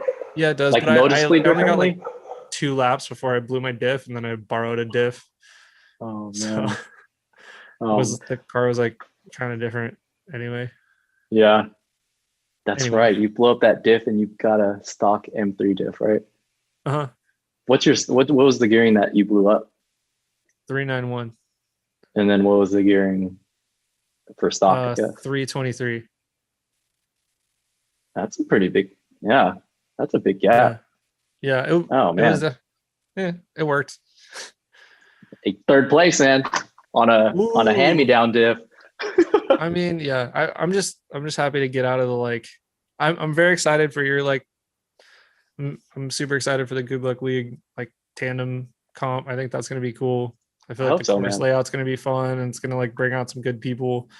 I think so. I'm happy that I got out of my head and actually like won some tandem battles because I just had this like block where I like couldn't win a tandem battle to save my life for like a couple years. So, well, dude, we were talking about it the other day. I feel like your chase game, and yeah, you've posted about it too. Your chase game has just gotten crazy in the past. Like I feel like it was last year. Yeah, I just drove as much as I could. That was but like it. There's like a certain finesse with like tandem drifting, like chasing, and like I feel like before it's just like okay, he's still following. That's cool, but now you're doing the thing, man. Like yeah. Was it just more driving that did it for you? Did you learn like different techniques or? There's like, okay, so you're a good chase driver too. Like you like put it on people's door with like your KA, right? So when you go KAT and you run like some grippy tires, you're like not gonna know what to do, right? Like it's gonna be the best. Yeah, I hope so. So one thing I was thinking about this a lot lately, and one of the biggest mistakes I made, and this is kind of like, I want to say maybe the opposite of most people, but I was trying to run the same like grip level tire and grip level as everyone else on the team, right? But my car made 150 less horsepower or like 100 less horsepower because my car wasn't tuned yet. So I had N8, and don't do this. If you have a JZX 110 motor that's automatic, don't just slap the stock ECU in there and like do an atmospheric blow off and delete the J pipe and like remove drive-by-wire because it's not going to be happy. Man. I had no idea like how much was hurting everything. Yeah. And also like the fuel system I had wasn't enough to like turn up the boost. And I just had like a lot of problems because I was trying to do stuff really like hodgepodgey and cheap. And well, what tires were they running? So they were running like what size? 265, 35? Yeah, and I was running a 265 also. But you had issues spinning it, or the mistakes I was making was I was running that size tire in the rear and I was running like a 215 40 17 in the front. Oh man. And I had to like really work to get the car to let go, like because I wanted to run low tire pressure like them. I wanted to, I was like, I don't want to get left behind. Yeah. And there's like that perfect ratio of like grip to power and the weight of the car where you're not getting left behind. You can still drift quickly, but it's not just floating and like blowing the tires off and just, going super wide and stuff. And I did not have that set up well. And then what tire size are you running now? 265. Yeah. So now you're doing so I run a 265 35 18 in the rear and a 235 40 17 in the front, which is like that is the Mahon tire size. Yeah. Like everyone runs a 17 up front, 18 in the back, 18 by 9.5 rear, 17 by 9 front with 235 to 245 front and then 265 35 rear. Yes. Yeah. And so, dude, when I drove your car, do you remember what tires were on the rear? I remember you telling me they were like, yeah, dude, these tires fucking suck. I was running my 17s that I just bought back, and they had like some used Dunlops on them. Do you remember the size? Like, was it huge or? It was no, it was like a 215. Oh my god! No, it was a 225 45 17. So imagine my car with like a 265, dude, your car was hella fast when I drove it. Like, yeah, I don't know, man. That shit blew my mind. And I thought about it a lot afterwards. I was just like, okay, well, it's hella fast. And I remember you saying the tires like were shit. So I remember thinking about that too. And I was like, and it's a BMW chassis, which I don't drive. But right when I hopped in, I was like, dude, this thing drives hella good. And it's not like Yeah. I had to like It's baby it all or like drive differently. Like it was like driving in an S chassis. It's super weird. yeah. I mean, Darius said it the best. He's like, it feels like a really nicely set up S14. So like I didn't know what that meant Ah, because I had never driven a nicely set up S14, but when I drove uh Jeff Stonebeck's S15, yeah. I was like, oh, I understand because it just I don't know, it feels a bit more solid, like the chassis wise, like it just the steering input kind of feels like it's just more there. I don't know how to explain it, Yeah. but I like a very like tight steering wheel, and sometimes you drive like S13 and it's it's a little Yeah. loose. Like A little loosey goosey. yeah, I mean I'm sure you could do that to an S13 and like get it all like more solid and stuff. I guess But it's just preference. Like, cause for me, like I like that loose steering too. And I didn't used to. Like back in the day, like I don't know, like 2010, I was just like, I want to run like 7.5 degrees of cast in the front because it's gonna be a lot better for my steering. And I was running yeah, like that for hella long. But like with my car now, like I have the whole Mahon setup, like with the 50 mil spacers in the front and B knuckle, blah blah blah, and like my steering feels a lot stock lighter. length lower control arms, Yeah, yeah. But notch like knuckle to coilover, like what everyone exactly, did 10 years ago, yeah, except you just have like the right knuckles and a giant bolt-on spacer, and yeah. that's But like the car feels like the steering is a lot lighter, I guess you can say. But and I'm because of the guessing, big scrub radius. Scrub yeah, radius is also, like, for anyone listening who doesn't know what scrub radius is the point of pivot from the outer part of the lower control arm. So like where your outer ball joint is on your lower control arm that like goes into the knuckle, and where the edge of the wheel is, or the center of the wheel. But it the the longer you make that, so like the bigger spacer, the lower offset wheel you have, that is scrub radius. So that's what it's called. And then there's like it also affects motion ratio. So motion that, ratio is where the coilover is as opposed to where the wheel is, right? So like in a car where you have a very, very low offset wheel, uh-huh. your motion ratio is adjusted because the pivot on the suspension is moved in. Oh, okay. So like think about it, you're giving the arm more leverage by making the wheel further out. Out more. Yeah. So like if you in the front, like if you put like a giant spacer on, that suspension is going to move more easily. That's right. I remember thinking about that now. Now that I'm thinking about it, like I had 50 mil spacers in the rear before I went, like, because I redid my car recently. And dude, Yeah. like I watched some videos of my car, and like, dude, my rear specifically is like doing one of these things. And I was Yeah. like, man, that looks really fucking crazy. But it was kind of sick. Like I was into Yeah. it. My car Yeah. drove cool Yeah. at the time, so I'm down to that. But yeah, man, like with my KA now, like I don't know if my KA is like something. I don't know if it has like hot cams or whatever it has in there, but I feel like my KA is hella fast for some reason. I don't know why. I don't know if it's healthy or There's just some KAs that like feel really good. they just Yeah. scoot, man. And I Yeah. think I got one of those. But like I was worrying about spinning 235 or the Kenda KR20 thingies, the one that Uh-huh. everyone's running, the 300 treadwear, because I bought Yeah. some. Yeah. It's like shit. Like I don't know if I'm gonna be able to spin it with like a KA. Like I'm probably just gonna bog the whole time. But dude, KA spins 235 grippies, no, well, not super grippies, but kind of grippies, like no Yeah. problem. That's what I had when we were driving together. And I know you were like, I think you were going slower for me, right? Like even through the turns and stuff. Yeah, a little bit, but not Okay, much. it's okay. Yeah. It's okay. No, but like on the straight, I was like floored, right? Like, cause you You have to. were all in. It's trying, Cause you man. like drive straight, you just like grip up and just like shoot in. I was like, oh, okay. Dude, that event was so fun, man. I feel like Yeah. that's the first time in a long time that I've been able to drive with not just like my Good Luck League crew, but like driving with you guys. It gave me a lot of like, shit, I need to make my car faster so I can like actually try to keep up with these dudes. Yeah.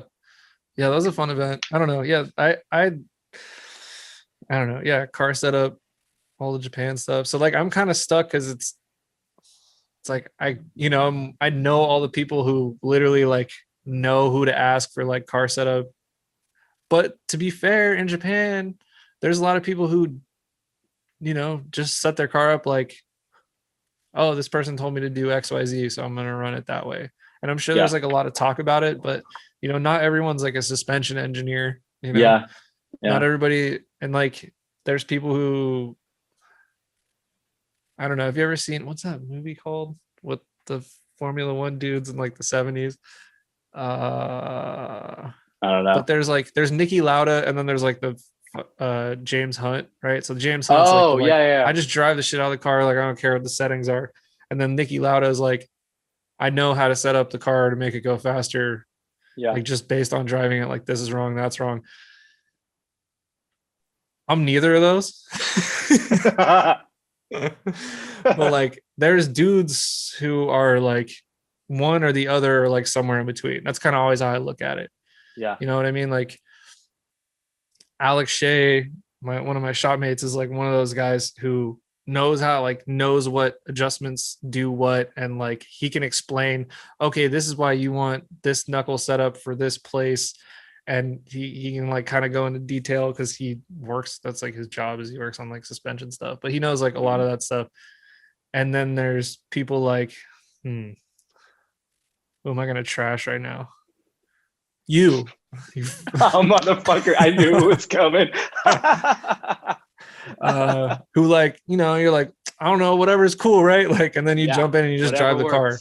Yeah. I mean, that's how it's always been for me too, because like I've never had a car that had decent power. I've always had like 240s and like other chassis and things like that. But people, for whatever reason, they let me drive their cars like all the time. So I feel like I've been able to hop into other cars and get a feel for it. Because like for me, man, honestly, like I don't really care for cars. Like I like how they look and like they sound cool, sure. But like cars for me are the tool in order to drift. Like that is my means to do that, because I love drifting, but like the car is just there. So like a lot of like suspension setup, like as a base, like I'll just copy what people are saying works and then feel it out from there. But like, like I'm not like, if I put like 0.5 degrees more camber in the rear, like, am I going to get more grip or something like that? I'm just like, just fucking do it. And then especially, I'm sure it's the same with you. Like when you're at an event, like you don't really give a shit how your car is driving. You just want to go fucking drive with your boys. Yeah. Like Nacho was like, you go to the event, you like do a couple laps, check the tire wear, and then like, crank the camber so that they're like even, and I was like, I have never done that. And I probably never will do that. Like when I'm there, I am driving. That is 100% the goal. Yeah, exactly. So, man. But I mean, no shade to like people like Nacho, because look how sick his car is, and he's a hella good driver. But he's like also you're saying, a badass driver too. Yeah, it's just people are different, I guess. But Nacho's car is fucking sick, and he's like that's what it takes. He's like the KAT, he's like the KAT fucking Poppy Chulo right now, dude. Yeah, dude. He posted that crazy ass manifold. I'm over here, got my like $84 eBay manifold that just came in. Like, fucking sick. I think I'm gonna his friend Justin runs Silhouette Power, and he's the one that did that manifold for him. And I think I'm gonna get one of those for my car. Damn. Has he done any Jay-Z's yet? Secret's out. I think I'm gonna be like the first one. So damn, that's gonna be sick. Damn. So it should be pretty cool, What other plans? So my Xiaomi just got a car that makes more power than my car. So like, I saw I was just literally like, I can't let this. I cannot. This is not okay. Like this is not cool.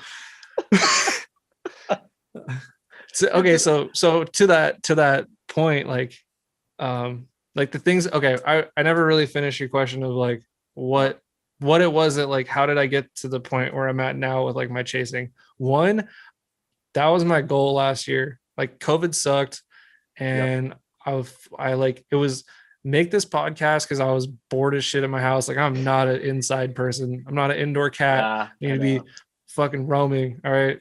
Yeah. Like I need to be where I need to be. Like I need to be free, man. I need to flap my wings. I just got my first shot today. My arm is sore. What'd you get? Pfizer? I got the Moderna, the Moderna for dirty boys. The Moderna 460 or whatever. What? Oh, the Ferrari. Okay, I was like, what the fuck is he talking about? More than you could afford, pal, board pal, whatever. Anyway, I like the first one. dude, this podcast is in the gutter. There's no coming back.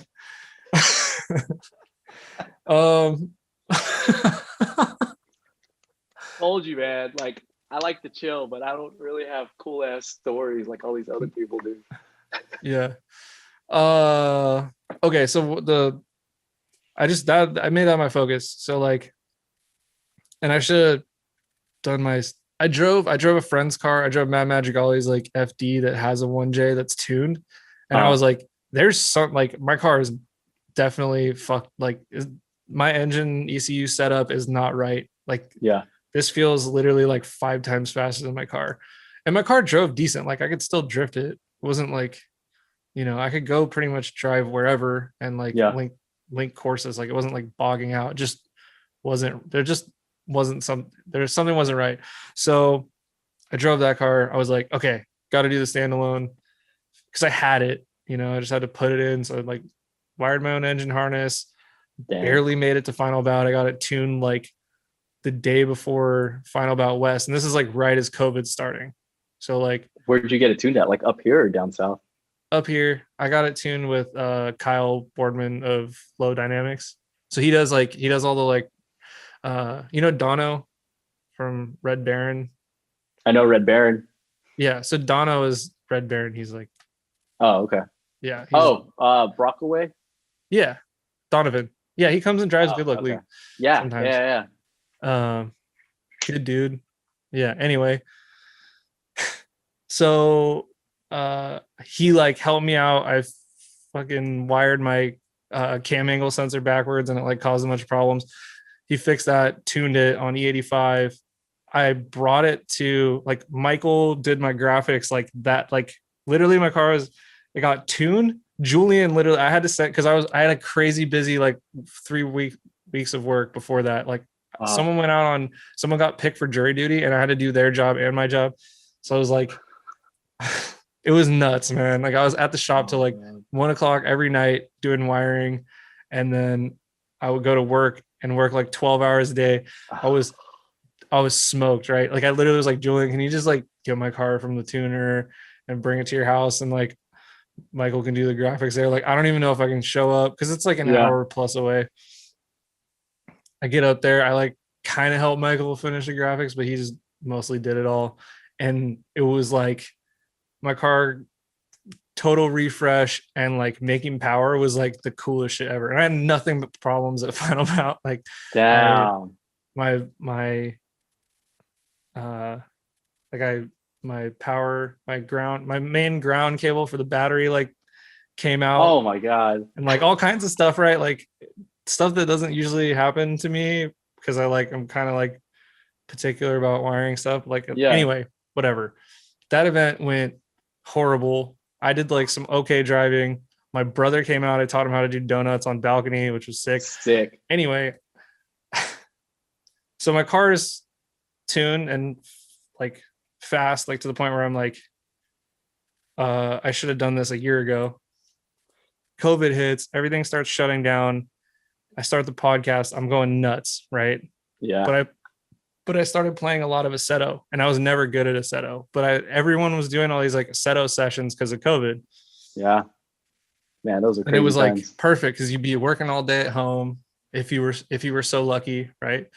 Or if you weren't so lucky and you're getting them sweet checks, and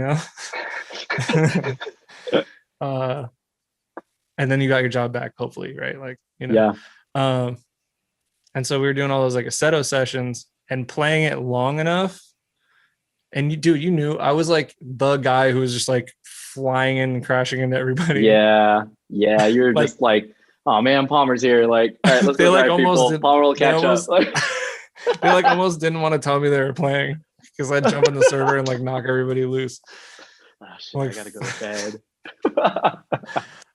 Well, so like for me, like I'm a big ass advocate for sim driving. Like Assetto, like because like this isn't Japan. We don't have fucking tracks open on the week. Well, I guess Sonoma is for Wednesdays, but like besides that, like drifting isn't easily accessible if you're trying to do it at a track. Like you can go streeting or whatever, that's fine. But Yeah. like with Aceto, like it's one of those like it's fucking 9 o'clock at night. I'm about to go to bed. Let me hop on, and I end up playing for like 3 hours and have work the next day. But like I've done that so many times, and I'm sure a bunch of people have. But like it's not exactly the same as real drifting for me. But I don't know. I feel like it still has like the fundamentals, and you can like practice things on there that translate into real life. Yeah. So I was really bad at like FR Legends too. Also, one of these. Yeah, and so like I realized it was during COVID. I realized I do all the same things wrong on the game when I'm chasing. Yeah. And I would do it in FR Legends. I just didn't know how to do it. So I literally just went like, I'm going to start over and like try and figure this out. Like, what am I doing wrong? And so like I played a lot of Aceto and I kind of wasn't getting better at it. I was like, yeah, because you like, had a like rig for a while, right? Little things. And I remember like you just like didn't play for a while. I've had Aceto since 2015. But I could never play online because I lived in a house that didn't have good internet. Yeah. And my computer couldn't handle playing online. I could only do like solo stuff. You're on your laptop. I remember that. Yeah. Yeah. Work laptop. Anyway. Yeah. So yeah, I just know I started playing for longer. So like if you feel like you're not good at sim driving, don't play for half an hour, play for like 3 hours. Just don't stop. And like if you have to get online and try and like do it that way, once you do it for like a long period of time, a couple times, you'll start to get it. And that's kind of when things started to click a little bit, but it wasn't just Aceto because I was still pretty bad at tandeming. I could like at least drift around and not just dive bomb everyone off. Course, right? So your event was the first one, I think, when the restrictions released a little bit. Oh, and we were able to have events again, yeah. And your like host for your website went down because there were so many people trying to sign up. That was wild. That was right? Fucking yeah. It still happens now, man. I need to switch servers. I'm like working on that actually. Yeah, you're like I don't know how to do that shit, man. The Good Luck League events like the shoe drop, you know? How crazy is that? You're gonna need like a DevOps team. Like I need to create the bot, dude, to get the reg. Thursdays at 8 a.m. SupremeNewYork.com. No, you need to make the bot for your own site and then sell the bot. And then sell. Yeah, there you go. Dude, that was such a crazy time, and like I can't exactly account for it that like, oh, people love Good Luck League and shit like that. I think we were just the first event to pop up like at Thunderhill. And like before that, like we were close to selling out because our cap was around like 50 or so. And we'd get maybe to like 40-ish. But that event, man, like the server crashed. I didn't know what the fuck to do. It was one of those like just keep refreshing and eventually you'll get in. Like literally like a drop. This shit was crazy.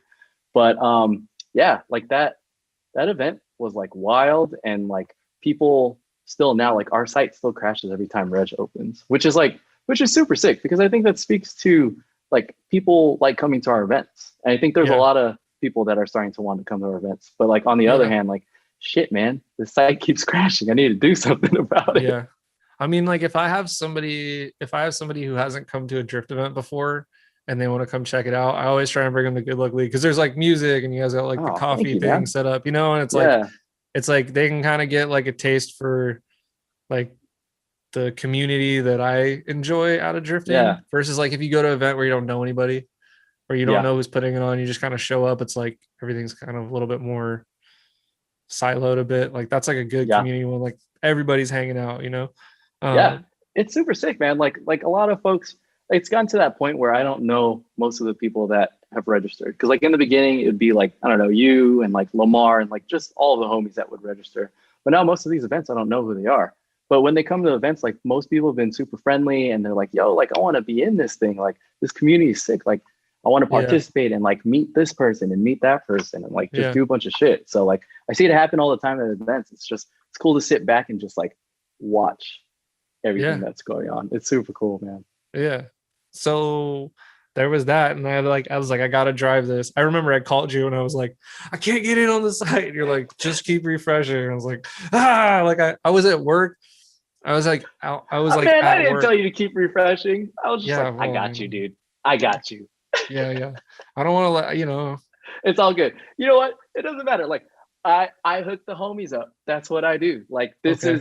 this whole thing has become like a business. Like people always say that shit. Man, I'm fucking chilling and I want Yeah. my boys to come hang out. So like, you know, like Yeah. it's one of those like, man, I ain't in it for the money. Like it really is, as Yeah. cliche as that sounds. Like I really don't care to make any money from this. So like So what we learned here I like the is, homie. So if you're my friend, get in with being my friend and I'll hook you up. yeah, you know, you wanna show up with like, you know, whatever it is that Lucky likes, you know. Anderson Paak albums. Yeah. You know, tickets. No, but like I'm like not saying honestly, man, like, I'm not saying that he takes bribes or anything, but yeah, like but he does though. I mean, um it's probably the same for like, you know, Super D and stuff. Like I'm sure Julian, like the main focus is the driving. Like that's what matters the most. yeah. Yeah. So I Well, mean, it's I'm built happy that by I'm drivers. included in a group of people that are like people that you want to drive there. Thank you. You know. So the thing for me is like especially like all of us at Good Luck League, like look at me, I have a fucking KA, man. The fuck am I Yeah. doing with a KA? And like Emilio, he has a single cam KA, so that's even worse. Like Yeah. like we Mm, are always pushing for like a certain style of driving, of like being aggressive or you know whatever it may be. But like how much can we push that ourselves if we don't have the cars to do that? So like that's where like you and like Julian and Jason, like that's where like I really lean on you guys to come to the event, not to be like, oh, yo, animal styles here, but it's like compare your driving to what Palmer just did at that same corner and see the differences. And you're not doing the same shit. So like yeah. we need you guys to like show people how to rip it. Like it's so important, man. It's hella important. Don't put that pressure on me.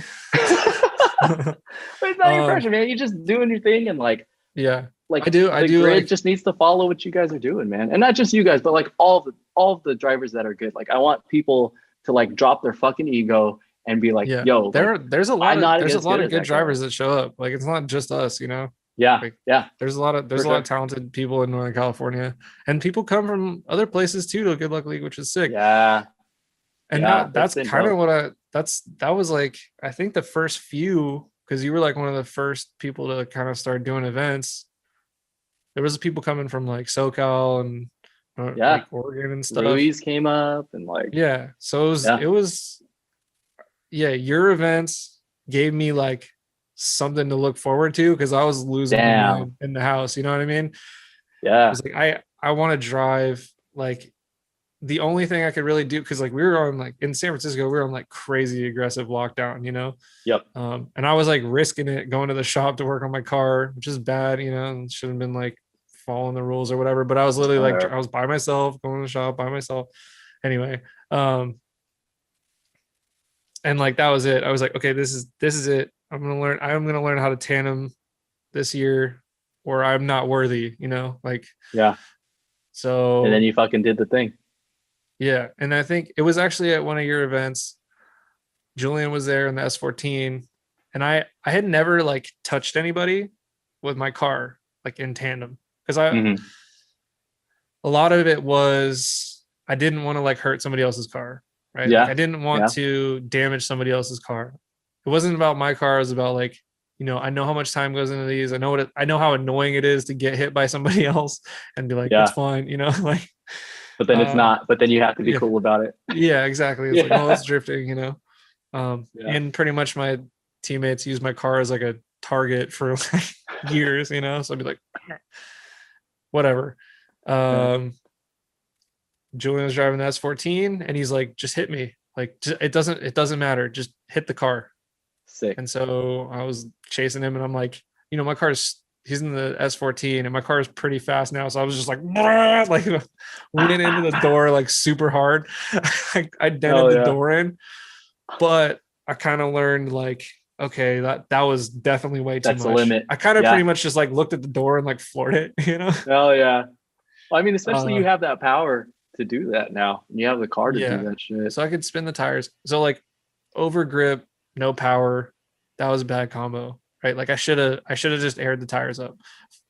Forget trying to like I want to run my friend's setup so that they're the same. Like I should have just made my car drive well, you know? Yeah. And like sometimes it's Yeah. hard to know what you're doing wrong, but that was like one of the things. Like setup, some will say that's not important, but there are things like tires and tire pressure that are very important to drifting, I would say, like more so But than people say alignment. that's not important.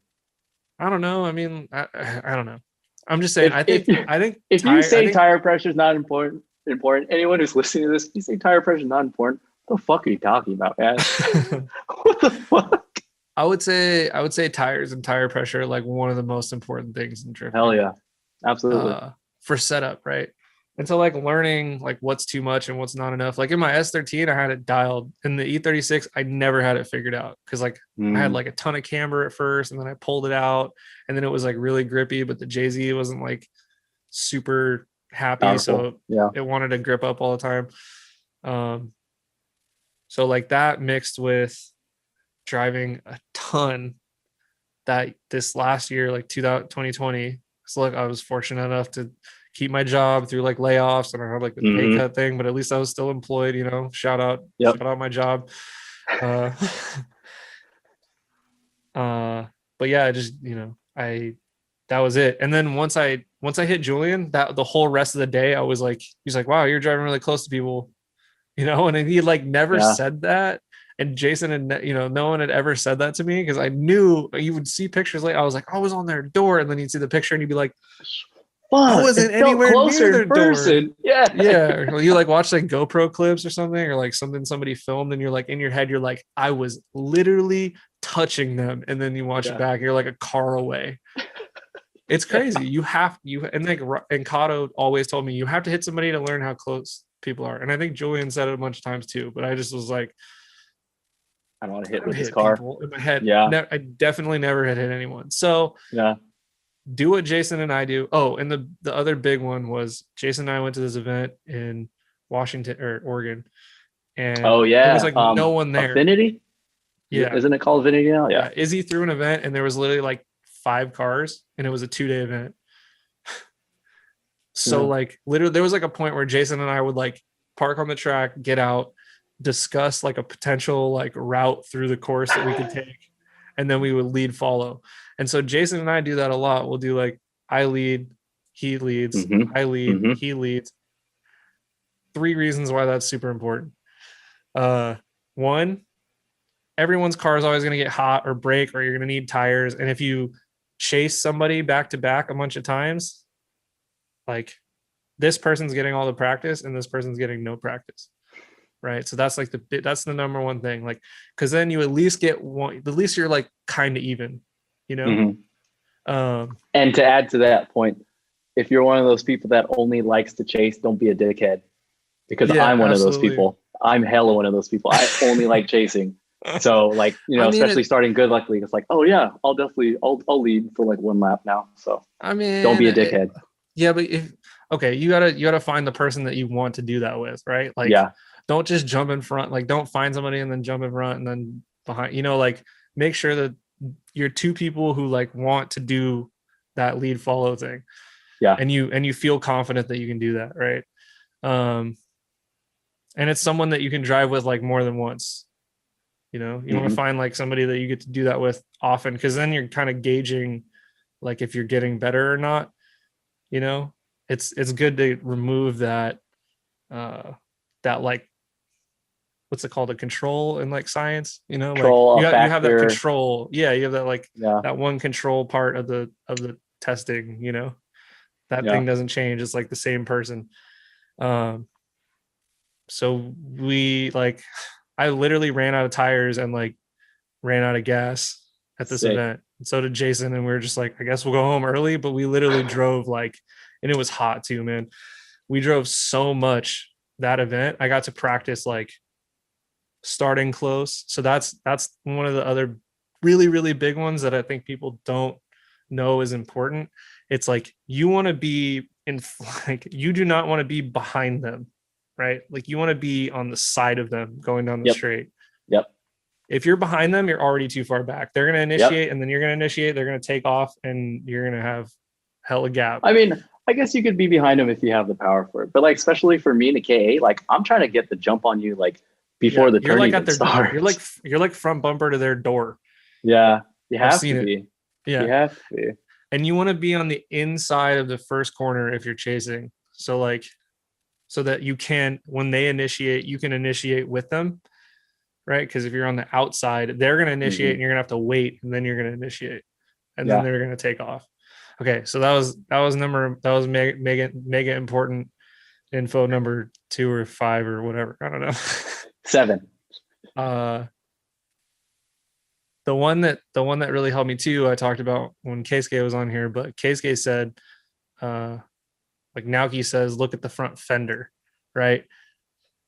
Oh, you're saying you always look told over it or something? Is that yeah, I was always told look at the front wheel, but I would fixate on the front wheel and like watch where it's going, and it would fuck me up because I didn't know where the car was going. Like I couldn't disassociate the wheel from the everything else. Like front fender, I can look past it and I can see where the car is going, and I'm not like as nervous. Yeah. So whatever works, like front wheel, like pretty much you want to look at the car where you want to be. Like if you want to be on the door, you look at the door. You want to be on the rear fender, you look at the rear fender. You want to be on the front fender, you look at the front fender. I aim for the front wheel, and I always look at the front wheel just because, like for me, like you can see that's like another input that you can see. Like if they're, I don't know, if they're about to transfer, like, and they flick it, back towards the other way, like you can see that in the car, so you can anticipate when you should do it at the same time. Yeah. The big, and another one of the big reasons for like not wanting to start too far back is when they start to gap you, you're going to dive in trying to catch up on the wrong line. And what happens is you get put on the wrong line, you go wide, and they're on the inside, and they're going to just take off again. Like you actually want to slow up.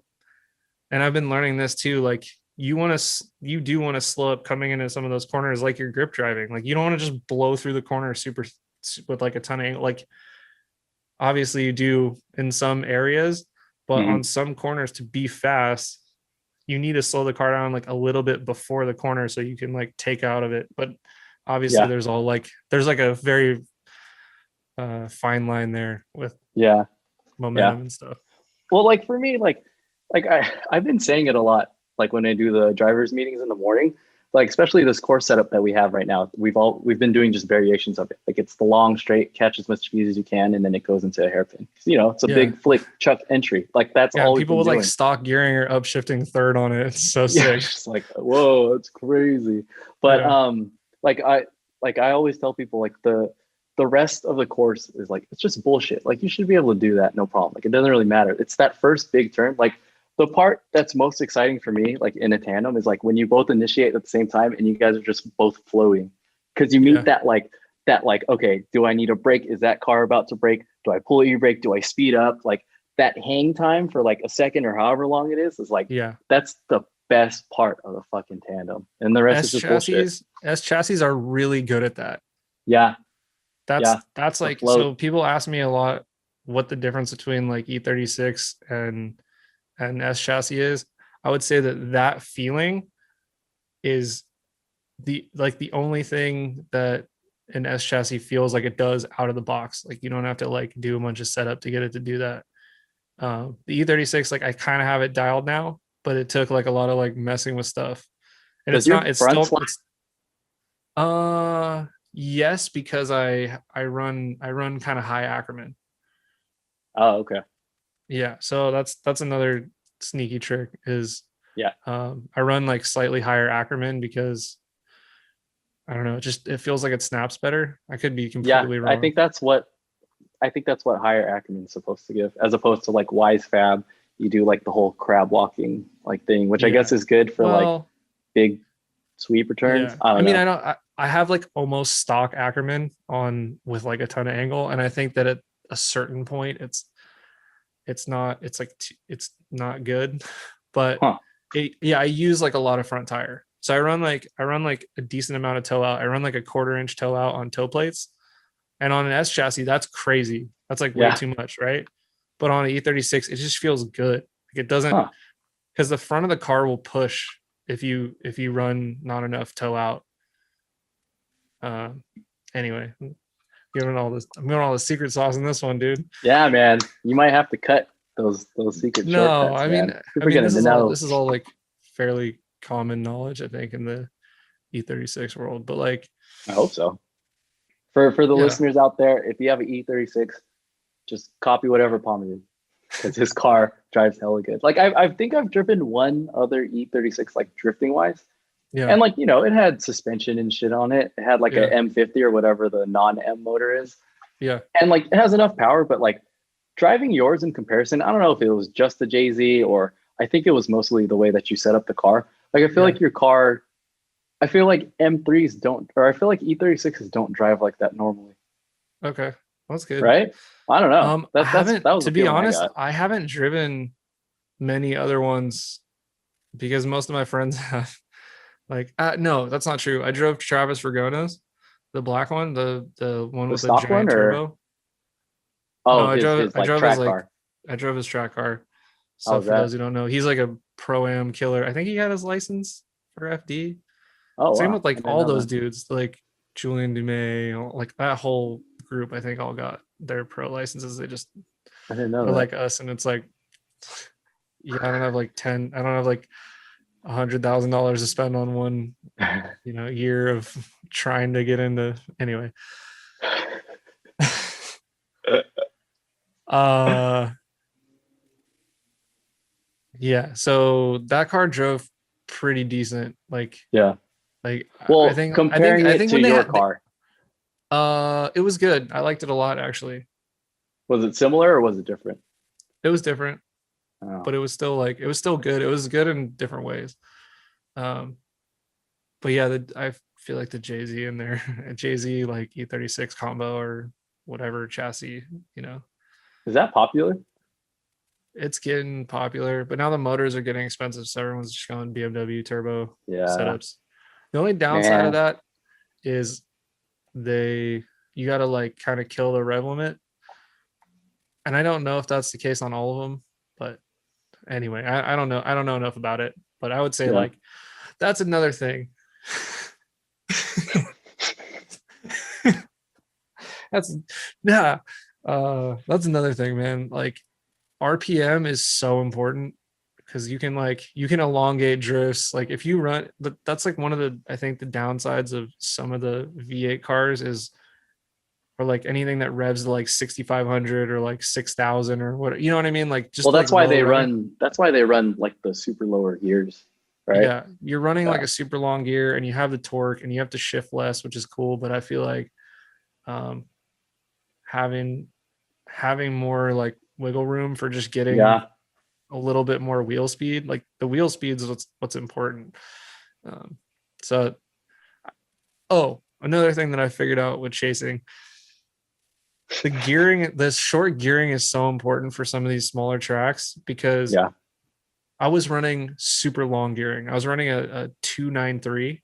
So that's like longer than factory M3 because the factory M3 is 320, 323. So like second gear was like crazy long. But the problem was when you get low in second gear, like first was like long too, but it was still first. And so Hmm. second gear was like the only gear I ever really used. And then I would go to third on like crazy fast tracks. The problem was like I didn't have a lot of torque or like I didn't have like a ton of power. I had a decent amount of power, so I could still do it, but like it just felt weird at like lower RPM. And when I went to the way shorter gear, like you just have more gears to use. Like Hmm. for example, when you're behind a car that's kind of going slower, you can downshift and you can still keep the wheel spinning, but you only have so much wheel speed, but you're not like low in the revs. You're not like down in Yeah. like, 3,000 RPM where it's bogging and you got to like do a couple clutch kicks. And it's, it's definitely, that's super helpful. Yeah. Gearing is hella important, dude. like that's why I have 4.6 in a KA, and I think that's why like in turns I'm able to like at least hang because I have second and third to go between. Like the expert class, the first one we did, like you know how we came around the bottom and then it was like a small right and then a big left into like that U-turn. Like under normal conditions, I would just stay in second the whole time. But like especially if you were in front or like Aaron, like because you guys get the jump on me because your guys' cars are hella faster, I'll shift into third because I'll be able to generate more wheel speed. And as soon as that's going back in, then I'll throw it back into second. So I get that like little boost. And the gears are short enough because I run a 4.6 that I'm able to have, even with a KA, I have that ability to like shift between second and third. Yeah. And also like shorter gears, the diffs are stronger too because there's less teeth. I don't know. I never thought about that. Someone told me that. I was like, makes sense. Sure. Maybe it's the opposite. I don't know. Whatever. I don't know. Just blow up anyway. Yeah. Do you have? Well, yeah. So you have an M3 diff. So is that a clutch type? I don't now. I just borrowed it for that one event. Oh. So I've had welded, but I'm thinking about switching it up. Dude, two-way. Yeah. Two-way. Yeah. 100%, man. Yeah. That shit, I feel like it changed my car so much. Like it fucking broke my whole life, man. I had fucking welded diffs. I had a welded VLSD at one point. I didn't even know you could weld those things, dude. Who welds those? But like, you know, I never gave thought into having an actual diff. And then on this car, like, you know, I'm older now, like I have a job. So I was like, okay, I can splurge on like the small stuff, like, oh, two-way diff, let's try it out. Dude, once I put it in my car, and it was probably a combination of the 4.62, I felt like there's so much more control of like how the car is drifting. Like in a welded diff, I feel like because both wheels are spinning, and see, this is like us Americans making assumptions again. I'm not sure if it's actually true, but in my head, and correct me if I'm wrong, like even when you're off throttle, you're still in drift because both wheels are spinning at the same time. So they're not going to compensate for each other. But when you have the two-way, like you have that ability to make one wheel spin less and like you're able to like grip up, I guess you can say, as opposed to just having your car still sideways when you don't want it to. And I think that's also like how I get the jump on like people that have hella power but have welded diffs, because like their transfers a lot of the times are like slower as opposed to like maybe it's the B knuckle too, but like I can throw it back in and then like, you know, play around with the throttle so the diff locks and unlocks, and that allows me to like grip up and keep speed with the person in front of me. Yeah. Some tech talking. Yeah, now that you told me, man, I feel like everyone keeps telling me this, and I'm like, yeah, I'll do it, dude. Man. I have a diff like sitting, waiting for me to do one. I just have to find one. Are you getting like a Cause or like aftermarket brand, or are you doing? Cause does make a two-way for E36. Is it like fucking? But then there's also like a company called like Racing Diffs, and then like I was talking to one of the local shops about what they, you know, there's like another company that makes them. But I think I don't know. I got to figure that out. But yeah, try it out, man. It's loot, you know. It's definitely it's definitely not and a it's small something amount. that's gonna blow up eventually, right? Yeah, I hope not. Yeah, but I mean, usually that part doesn't blow up, and I think that'll probably help me like not break driveline stuff because it's not locked. So like if it'll give some give, you know. Yeah, we'll see. Just do it, man. Just do it. You're gonna be hella faster than you already are. I really think so. And you get one of those, like, I don't know, like if you're off throttle, because do I have a two-way? Yeah, I have a two-way. Like when you're off throttle, like I feel like there's like this weird, like, I hope you do. You're selling me one. It's some sort of diff. No, I'm pretty sure it's a two-way. Yeah. I'll ask Aaron after. No, it's a two-way for sure. But like I feel like there's this weird space where like you have to find it in the throttle, and it's like you can find where the diff is locking and unlocking. So if you can find like that control portion, then you're able to like manage the grip on like I don't know, whatever side that you're drifting on. That's cool. Could just be blowing a bunch of shit up my ass and not know what I'm talking about. But this is how it is for me doing one of these things. Yeah. In your head, you're just like, yeah, it's locking, it's unlocking. Yeah. Is that actually happening? I don't know. I am faster. I mean, it's true. As soon as you like let, you know, I think under decel it locks also, but I think like with clutch in, it probably unlocks. I don't know. I don't know enough about diffs. Oh, maybe. You got to try it though, man. Yeah. I mean, it's on my list. Is it next on the list or is it down on the list? I think it's pretty high on the list. It's just, Yeah. it's money, I feel like man. you don't have much else to do on your car, man. Like it drives hella good Yeah. already, and it looks Yeah. cool. So I want to do a turbo setup because, okay, so I just tuned it and I've realized that the turbo that I'm running is like super restrictive. And I think with E85, because it creates so much like torque early because you like can crank the timing, it's just creating a ton of exhaust pressure and it just doesn't want to keep pressure in the manifold. So it just like blows it out the wastegate. So I did like an external gate and it's still blowing open. Like I have a Jesus. 12-pound spring in there and it opens at 6 pounds. what the fuck? Yeah. Cause it can't handle it. Like Yeah. the exhaust pressure just goes nuts and like blows the thing open. I mean, couldn't you just get like a heavier spring? Yeah, I could, but it's like also bad, right? Like you're having like a ton of exhaust pressure is not necessarily good. I mean, yeah, I don't know. See, that's the thing. You're probably right. I could just get a stiffer spring and make the car make a bunch of power, but That's also a good excuse to buy, a new turbo setup. I get it. I'm like kind of OCD and it makes me anxious knowing that there's like a ton of additional exhaust pressure in my manifold. That means that something's wrong. Like something's not like something's like not cohabitating correctly in my engine bay, Yeah. Yeah. like I'm doing some funky shit and it could be like way better. And like the annoying part is I was always like, man, my turbo setup's fine, guys. Like everyone's Yeah. like, dude, you should get like a real turbo, like top mount and all this stuff. I'm like, man, my shit's cool, dude. It's fine. Like I want response. And Well, how much power do you make now with this turbo? last time I went to the dyno it was 340 wheel, 365 foot-pounds of torque. Man, that's hella power, dude. Wait till you turbo your KA. It's probably gonna make 300. No, I think Austin made what, like 260, I think. So it should be the same thing because I pretty much have the same setup as him. I don't know. You got that hot KA, dude. I do. Yeah, I got that fast one. So maybe like 270 horsepower. Yeah. I don't know. As long as I can run like a head gasket? 265. Nah, man. We just doing the thing. So I hit up Austin and I hit up Sam Street about it. And just a couple other people that recently went KA.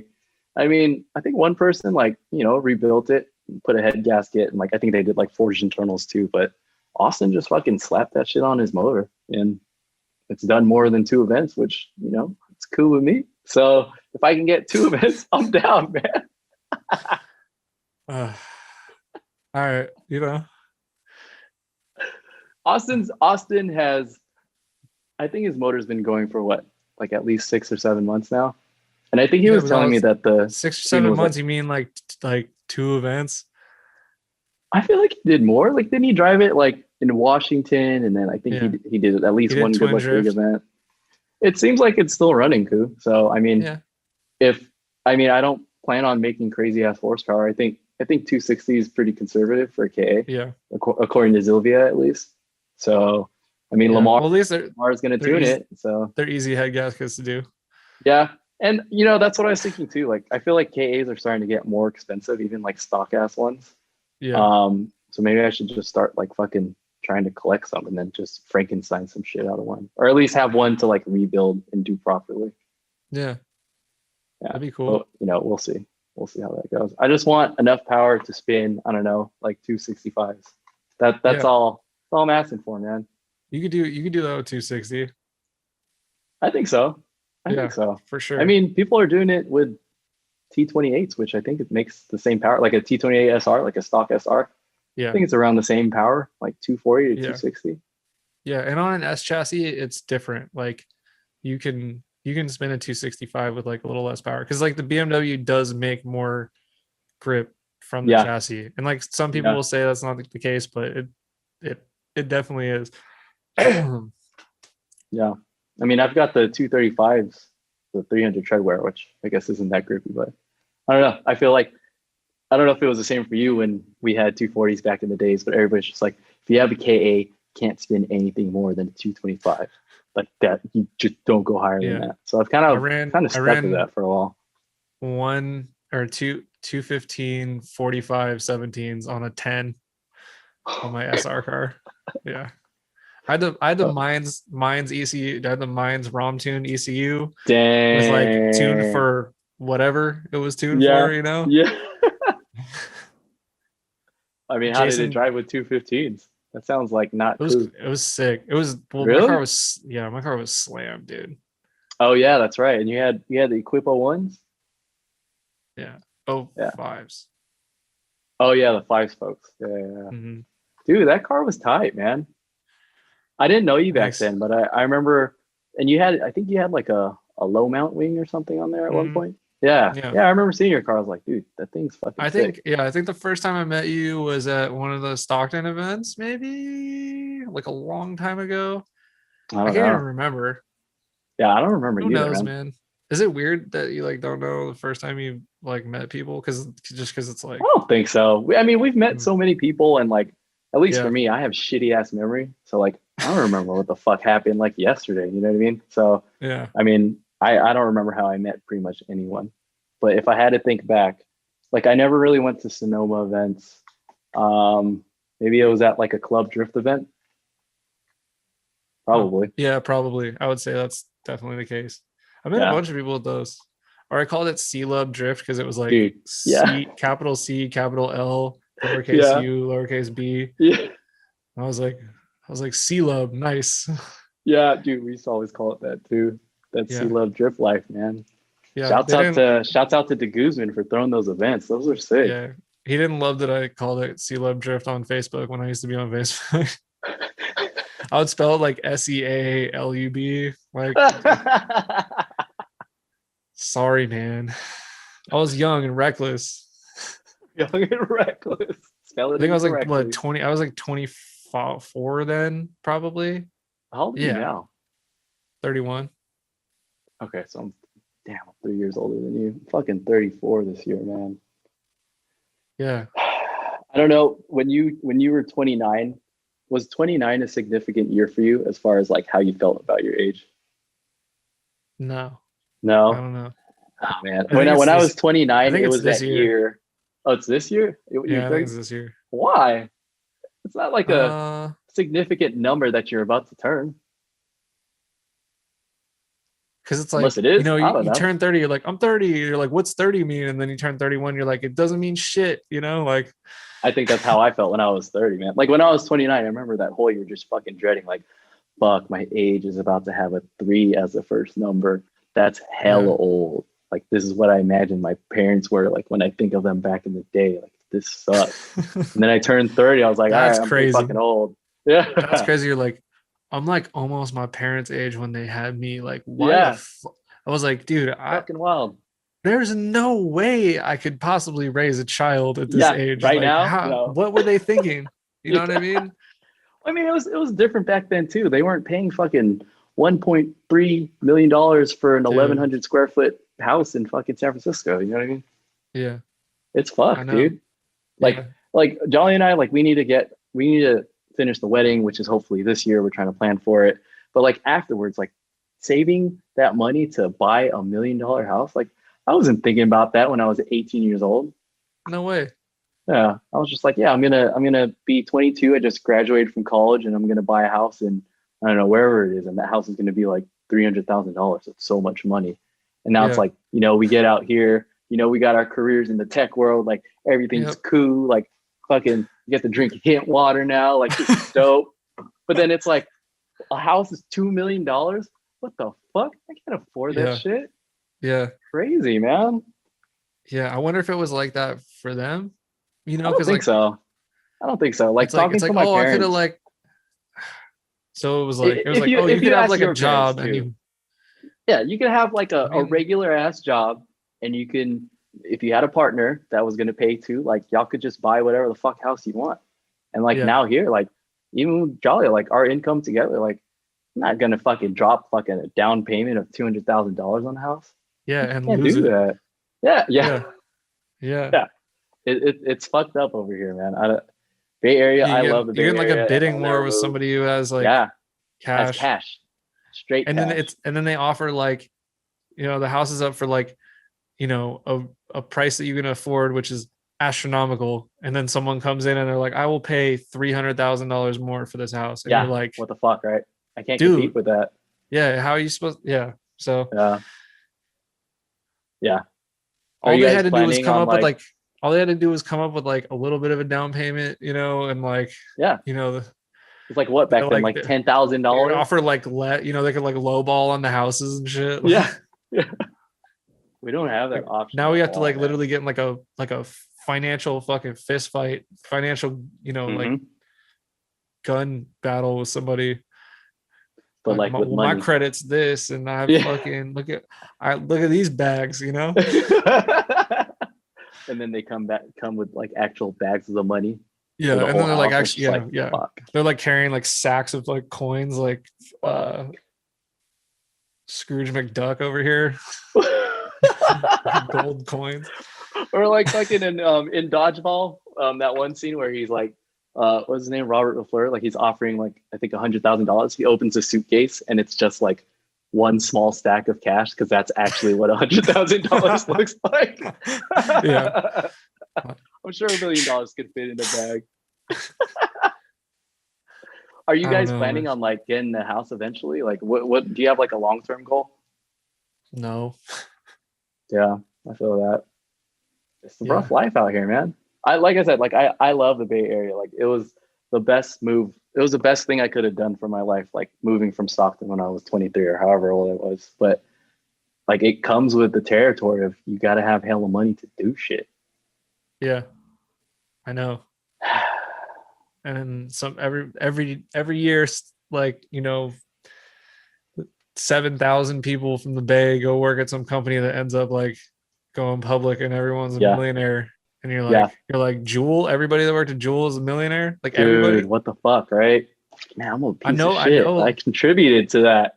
Damn it. That's crazy, right? Like like what other place in the world is like that where like you know Yeah, well, who's gonna work at the company that like anybody who worked at Zoom, like pretty much if you held your shares, like if you got in at a certain point and you got enough shares, like you're probably a millionaire at this point. yeah, yeah. Like all the startups, like in the Silicon Valley, like And then so there's along with seven, the fucking the you know wages that they give, like the compensation, like they're like, okay, as an onboarding bonus, like we'll give you, I don't know, $60,000 of our stocks, and if we IPO, like you get to keep that.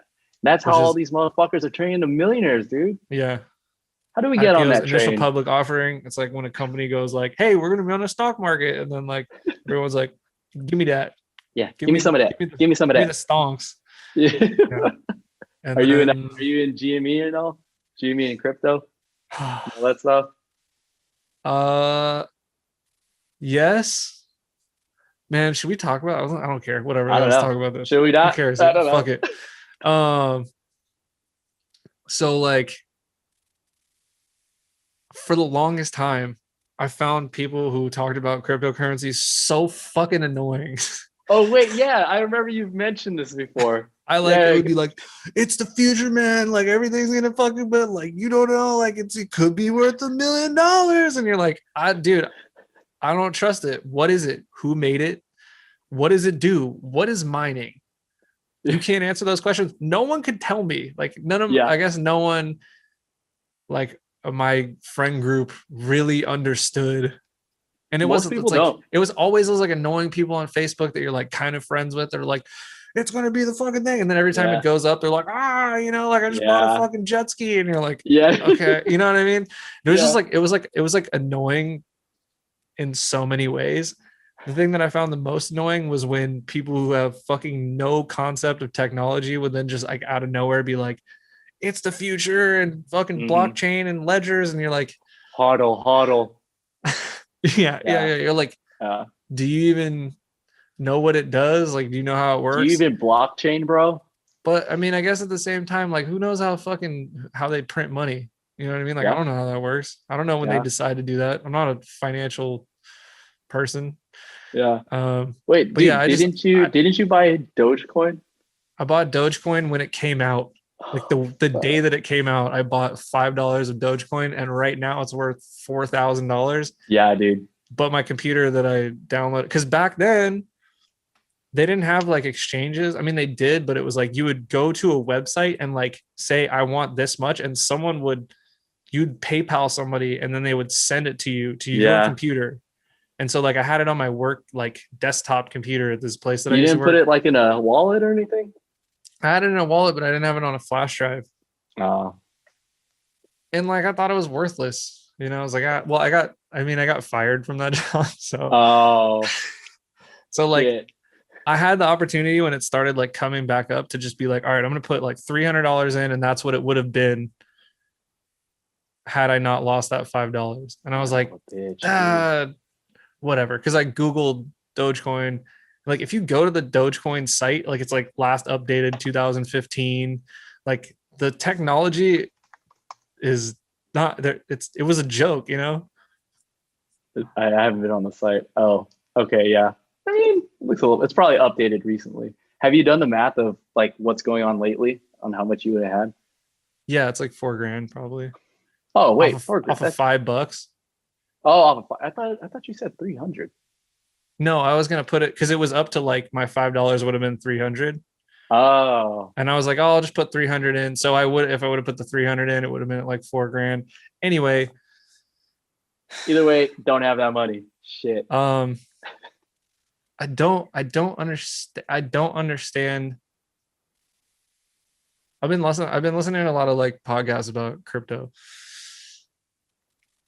I don't understand the benefit of Dogecoin because the technology doesn't really do anything. Like Yeah, it's not like solving any problems. Like Ethereum solves problems. Like yeah. Bitcoin is its own thing, and like it has value because it was the first of its kind, and it's like completely decentralized at this point, and like it's never like gonna be like a institutional thing, right? And there's only going to be so much of it. That's the other thing I didn't understand. I was like, what is mining?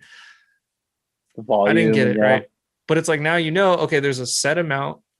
The mining is to release them slowly Mm-hmm. so that it's not like someone just builds a supercomputer and gets all of them, right? Because if that happens, then it's pointless.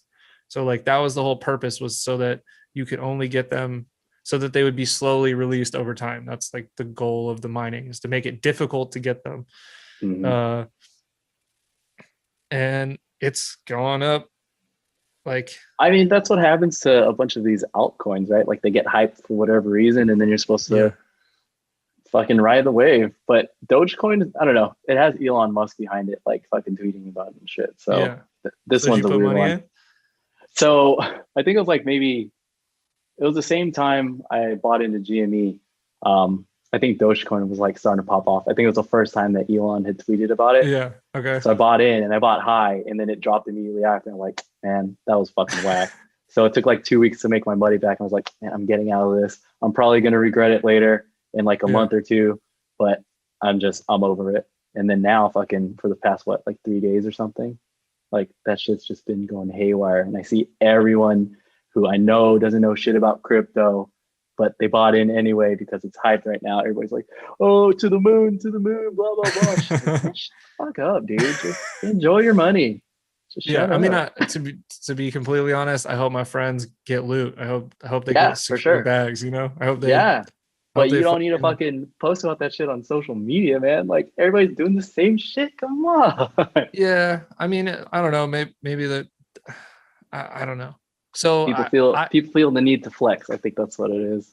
I've slowly put money into like Bitcoin and Ethereum because those are the ones that like Are currently solid and have yeah. purpose, I guess. Like Mhm. for the future, people like know what they're going to be used for. The Yeah. other ones, I have no fucking idea, man. But I think The wave of the future. it could be, or it could be like a huge flop, and then it'll be like one of those jokes, like remember cryptocurrency, you know, like you never And know, then you're right? gonna have that dude that lost $1 million off of it, and he's gonna be bummed for the rest of his life. Yeah. Like all So, I these mean, people that were in GME, like they like I made if there's money that on that, dude, but deep fucking value. I made like a couple $100 because I bought in high and then it went higher and I was like out. I sold it like because I put like a limit sell at like 420 because they were like it's gonna go to Hey. 420.69. Yeah, I I was like, remember all that. right, I well, remember that. yeah, I put a limit sell and it went up to that and I was like out. Yeah. So what was suggested to me was slowly over time just put in like whatever you can every like 2 weeks or every month into so like a recurring like thing that you don't even notice. Like it just comes out of your check. It's like if you like, spend $100 on some shoes or whatever.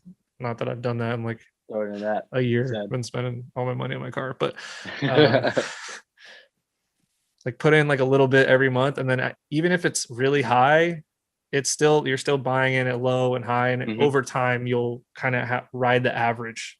Yeah. Which you're not going to get rich that way, but you'll at least have like a piece, and it's just like gambling, man. It's like people only post about when they won at the casino. They don't post about the 10 times they lost at the casino. You know what I mean? Like that's all it. Don't sit there and think that like everybody is over here getting rich off like. Yeah, wait till it drops and no one says shit about it. Like, yeah, no one's gonna post that. Like, can you believe I lost $800 or like $6,000? But that's the thing, is it's gambling. Like with the crypto stuff, like it's really gambling because you're not like buying into a company that makes something. You know what I mean? Like and that's why it's so volatile, because the only value is associated by people deciding it has value. Yeah. Yeah.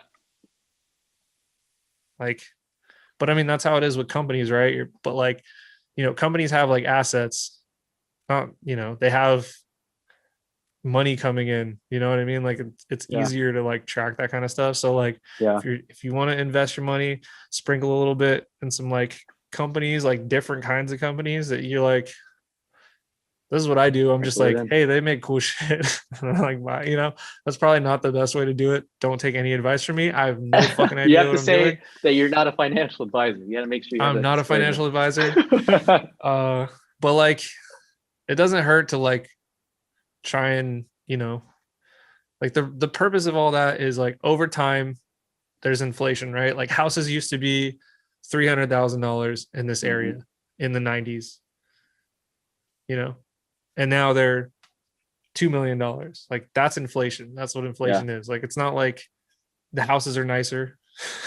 It could be the same fucking house. You know what I mean? Yeah. Yeah. Like, and the shit was newer back then, right? Like that's inflation. Like cars get more expensive every year. So it's like, a Honda Civic used to be like 15 grand. Now it's 25. That's inflation.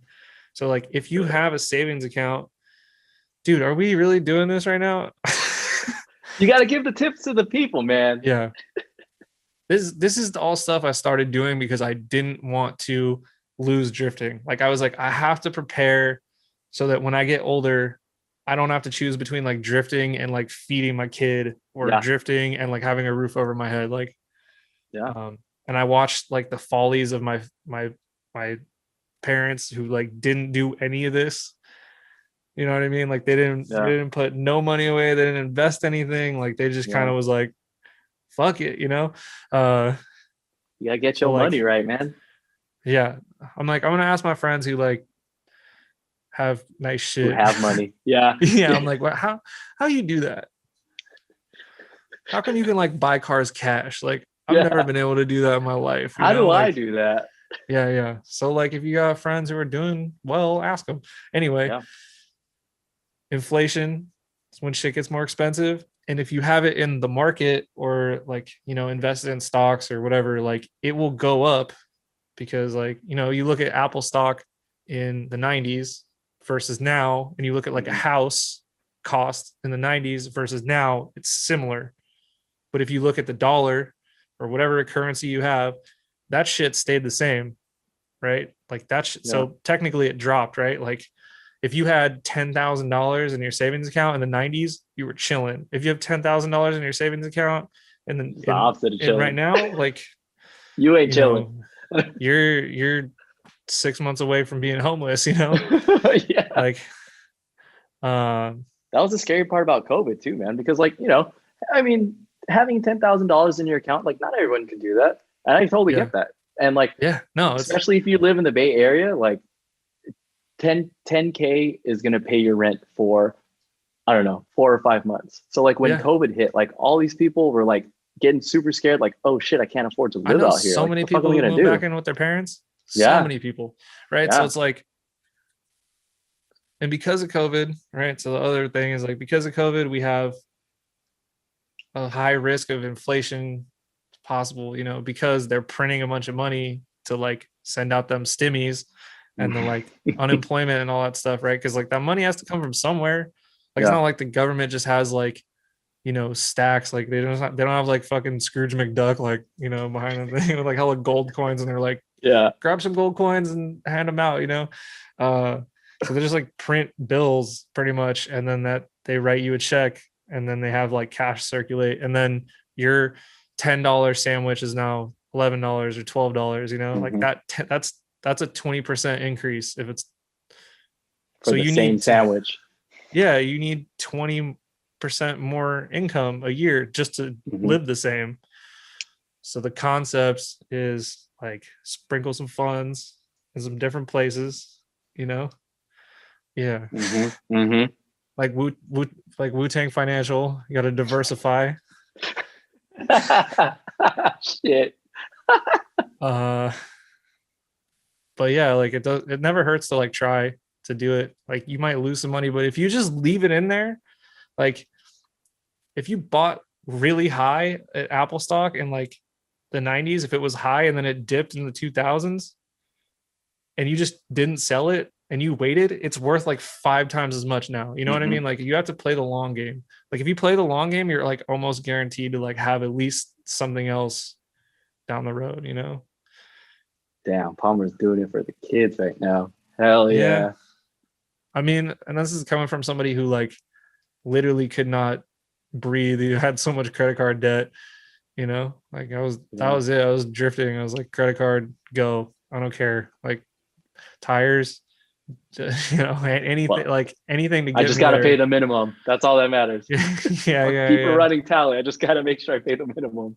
Fuck. Yeah. And like, I don't know, as you get older and you like get better jobs and you make more money, like that's the shit that that's like the mentality you kind of have to have, or like otherwise you just make more money and you just spend more. Like I still kind of do that, but I think we all do.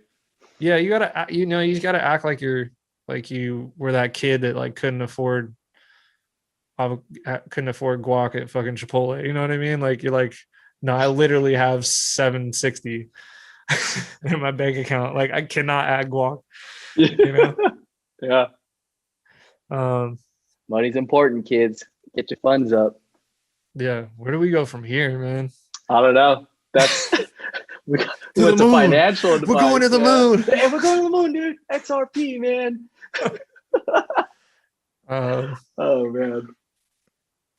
But yeah, it doesn't hurt. I don't know, like it's tough. Like everybody's always trying to do the get rich quick shit, right? Like you can't. How about get a decent job? That should be the real shit going on. I don't know, man. Like for me, like a lot of how I've gotten into like a career job was like a lot of luck. And like the advice that I always give to people is like open your network up. Like even people not with the intention of like, yo, this fool's gonna hook me up with a job later. But like it worked out for me. Like I've just come to know a bunch of people, and like someone in my network of like friends, just like, yo, like we're hiring at so and so. I know you don't have a college degree, but did you want to like, you know, do an interview? And I ended up getting hired. And that's just because that dude hit me up. So I mean, that's the biggest piece of advice I can give people. Like get to know people as much as you can. I like made a friend through drifting, but then also he like lived close to my other friends, and he like was like, hey, I like, do you want a job? I was working at Best Buy at the time. I was like, get me the fuck out of here. Yeah. Yeah. Like I'm so ready. Like if I have to do the fucking 1021 turn on the fun chant one more time, I'll go postal, dude. See, man, and then you met that person. You got a dog now. You got a new place. You got a girl. She got an M4. It's an M4. Oh yeah, she does. Oh, was I not so? Oh no, it's okay. Oops. Yeah. She's been making like she's been making small dick jokes at me like all day. All day. Dude, she got this car, and it's like the power dynamic has changed so much. Like I'm like holding the puppy in the passenger seat, and she's like, I'm like, I think I'm hungry.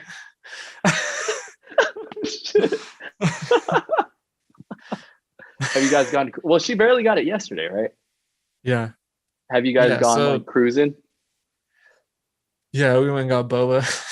She's like, that's what you do, right? You like go to the boba shop with your cool car. And I was like, Yeah, and you got to post up, take some I was pictures. like, I guess, yeah. That thing's She's nice cra- though, man. She's crazy. That whole experience, man, like, okay, I'm talking. She's been talking about getting a fucking car for like 5 years. Oh, really? Yeah, because she like, I'm like, can you? Anyway, we both lived in the city when we started dating, or I did, and she didn't, and she moved to the city, and then we moved in, right? Yeah. But we only always had my 4Runner, and then I had my drift car, like wherever it was at the time, and so I just drive everywhere. I'd like drive her everywhere, and like at first it's cool, and you're like, yeah, no problem, like I'll take you where, and then sometimes it's like, all right, like Yeah. Yeah. this is rough, like. Get Like your we own can't just fucking share a car. car like I'm 26, or 27. Like this feels weird, Yeah. And so she'd always talk about getting a car, and then she'd be like, I'm thinking about getting like something cool, and I'd be like, yeah, do that. Yeah. And then she'd be like, yeah, I don't need it. Which, So I'd be like, to her I'd be point, like, she doesn't. don't get my fucking hopes up, and then like rip that away from me, And Yeah. so that was like 5 years of that. So I just gave up. I was like, she's never gonna buy a car.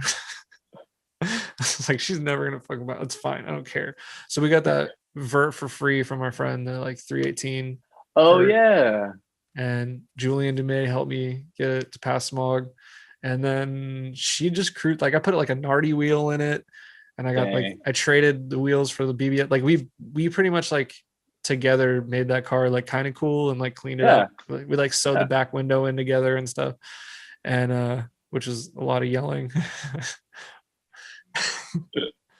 Uh-oh.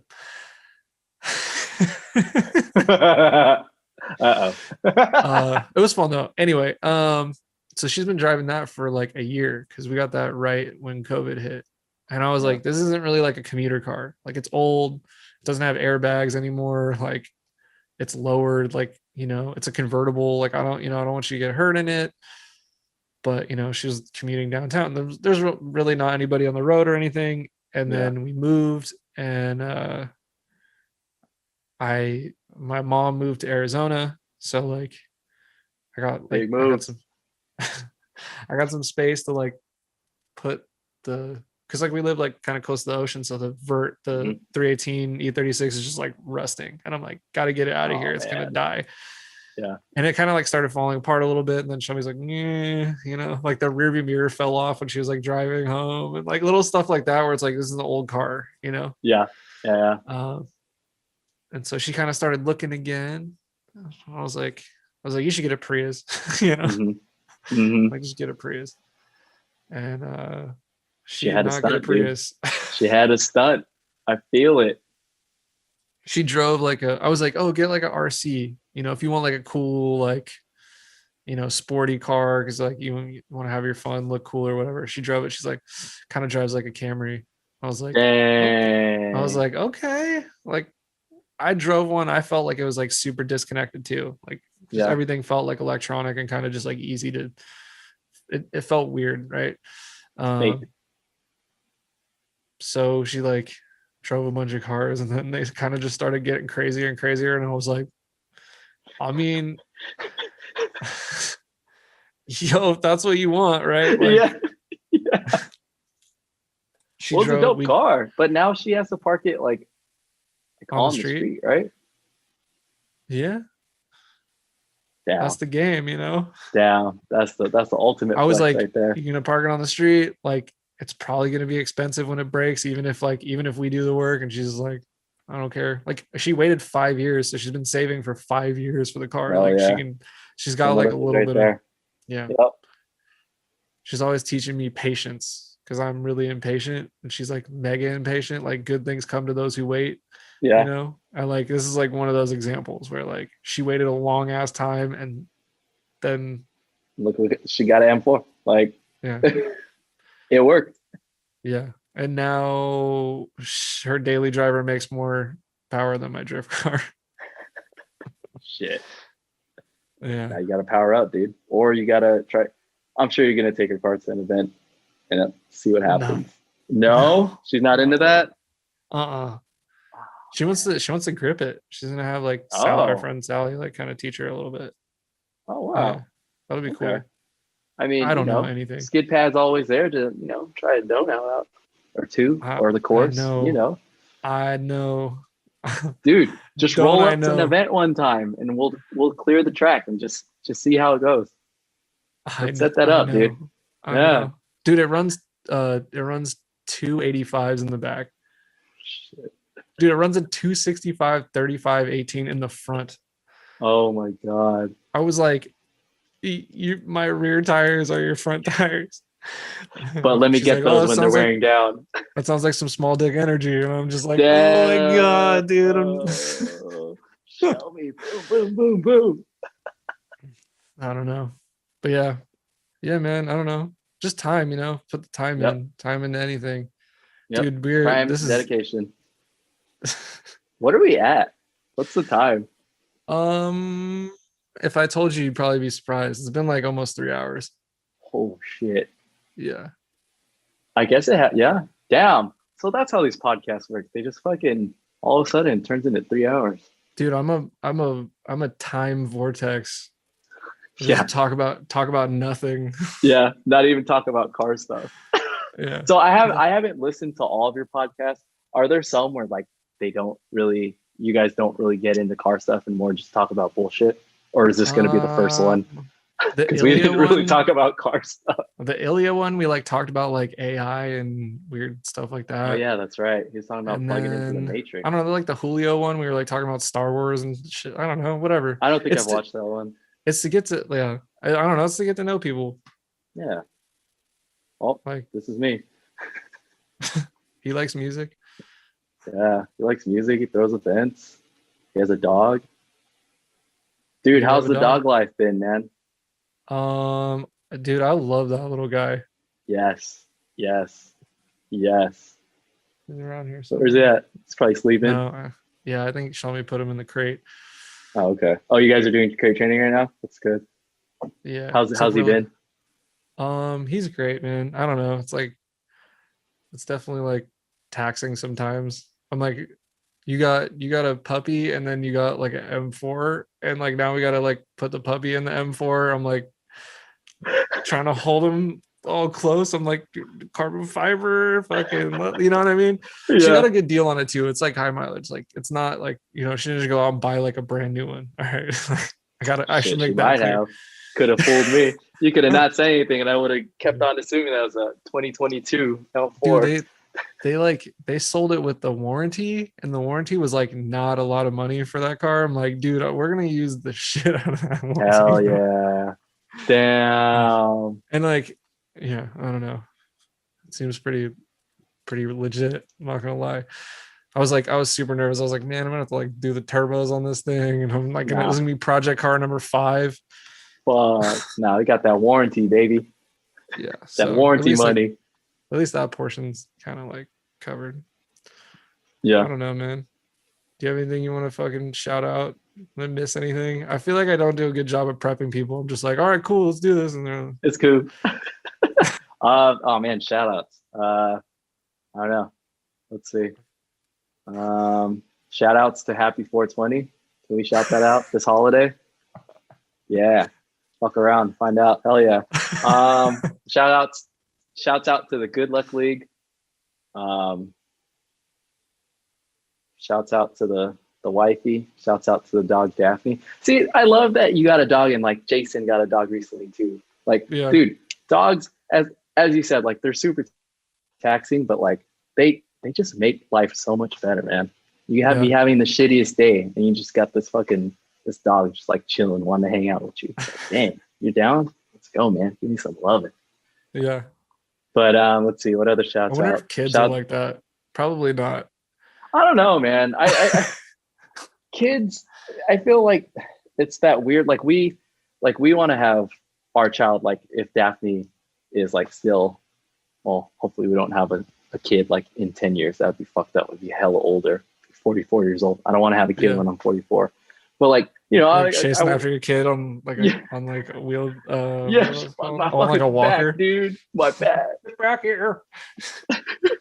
But it's always cool for kids to to grow up with a dog, because I think it teaches them how to like take care of a dog and like just have companionship with something. Yeah. But I don't know if the relationships that kids have with dogs are the same as like we have as adults. I don't think so. I don't know. I gotta finish my shouts out. I don't know, man. I like Dalton had me do this at the end of the interview too. I was like, fuck, man, feels like a Academy Awards and shit. Yeah. Shouts out to Palmer, dude. I'm gonna play the wrap it up fucking box from Chappelle Show. Wrap that shit up, B. Shouts out. How about shouts out to everyone who supports the Good Luck League and comes out to our events and has a good time driving them. Sick shout out. There you go. Everybody else is just like, I don't know. But it is like hella on the spot, you know? Yeah. I don't know. Yeah. I'll have it prepped for the next time. Yeah. All right, man. Well, shit, man. It's 11:18. That was fun. I thought it was gonna be like super, like, oh man, I'm gonna feel like I need to always be on and like, you know what I mean? Like just gotta be on there with like the personality. But I don't know. Man. Like we're boys, you know what I mean? Jokes. Like, yeah. I was like, fuck, I gotta come cool with the puns guy. and the funny shit. I'm cool. I got shoes. I took them down. Like, you know what I mean? Like I thought I was gonna have to be on, but you know, we're boys. Like, yeah, it's easy just to talk to you. Like, I feel like this is just a conversation that we would have had if you were just calling me on the phone and this wasn't a podcast. So shouts out to easy podcast doings. That's kind of the goal. Yeah. You don't want to be forced, man. Like no one wants to listen to forced shit, you know? Yeah, exactly. But I don't know if people want to listen to this, but they have been, so I'm gonna keep doing them. They're going to. I wish I would have covered more drifting stuff, but whatever. I mean, yeah, man. Was there anything that we didn't cover that you want to like talk about? I don't know. That's one of those like in the moment things. I can't think about it, but I always think about revolving things when it comes to drifting that like I want to talk to other people about, but can't think of it now. So fuck it. Damn. And it's like 11:19 and I got to eat dinner still. So you didn't eat dinner yet? Nah, man. When you went to go get pho, like I went to I was looking for like snacks and shit, but Jolly made tonkatsu, so it's probably all soggy right now. But it's still just gonna be waiting cool. on you. Why would you do this? Why would you do this podcast instead of eat that? I should have ate it while we were doing the podcast, but I don't eat in our office. So, but it's cool. You know, got to talk with my boy for the night. Yeah. Like I don't talk to you often, so I had fun, man. It was dope. Yeah, thanks for doing this, man. Hopefully the 420 episode is gonna be it's gonna be a thing. This was definitely a 420 episode with just the random shit that we were talking about. And I've been getting high the whole time, so it was dope. I had fun, man. I had a lot of fun. Yeah. Shout out fucking all right. Fucking yeah, I'm gonna go to sleep. But it's been fun, man. Yeah. I appreciate you. Yeah, man. I appreciate you and all that you do. Do I like get to listen to a recording of this later, or I just gotta wait for the episode to drop? I'm just gonna put it out. Sick. I'm gonna do like I have to record the intro. I don't know when I'm gonna put it out. I'll probably put it out I'll try and put it out tomorrow. But yeah, with a quickness. Okay. Man, there's gonna be a lot of disappointed people listening to this. You know what we gotta do? We gotta do the password. So you just say some random shit, and everybody who made it this far, you gotta hit up Lucky and tell them. What do you want it to be? Okay. So I'm really into like fucking fragrances and like that kind of shit. Fucking Aesop, the brand Aesop. It's kind of like Aesop rock, but it's pronounced Aesop. Yeah. Okay. That's a magic word. All right, sick. But no one's gonna say it because they're gonna like, what the fuck? They're not talking about cars. I'm turning this shit off. I'm going to the K-Skit episode. Fuck. There's a secret password at the end of that one too. I'm gonna do that on all of these if I remember. It's that seashell, she shells, and the she sure, and the sha. I don't know how to say it, but yeah, I'm listening, man. I got you, K-Skit. I got you, dude. All right, that's it, dude. All right, dude. I'm out. All right. Thanks, later, man.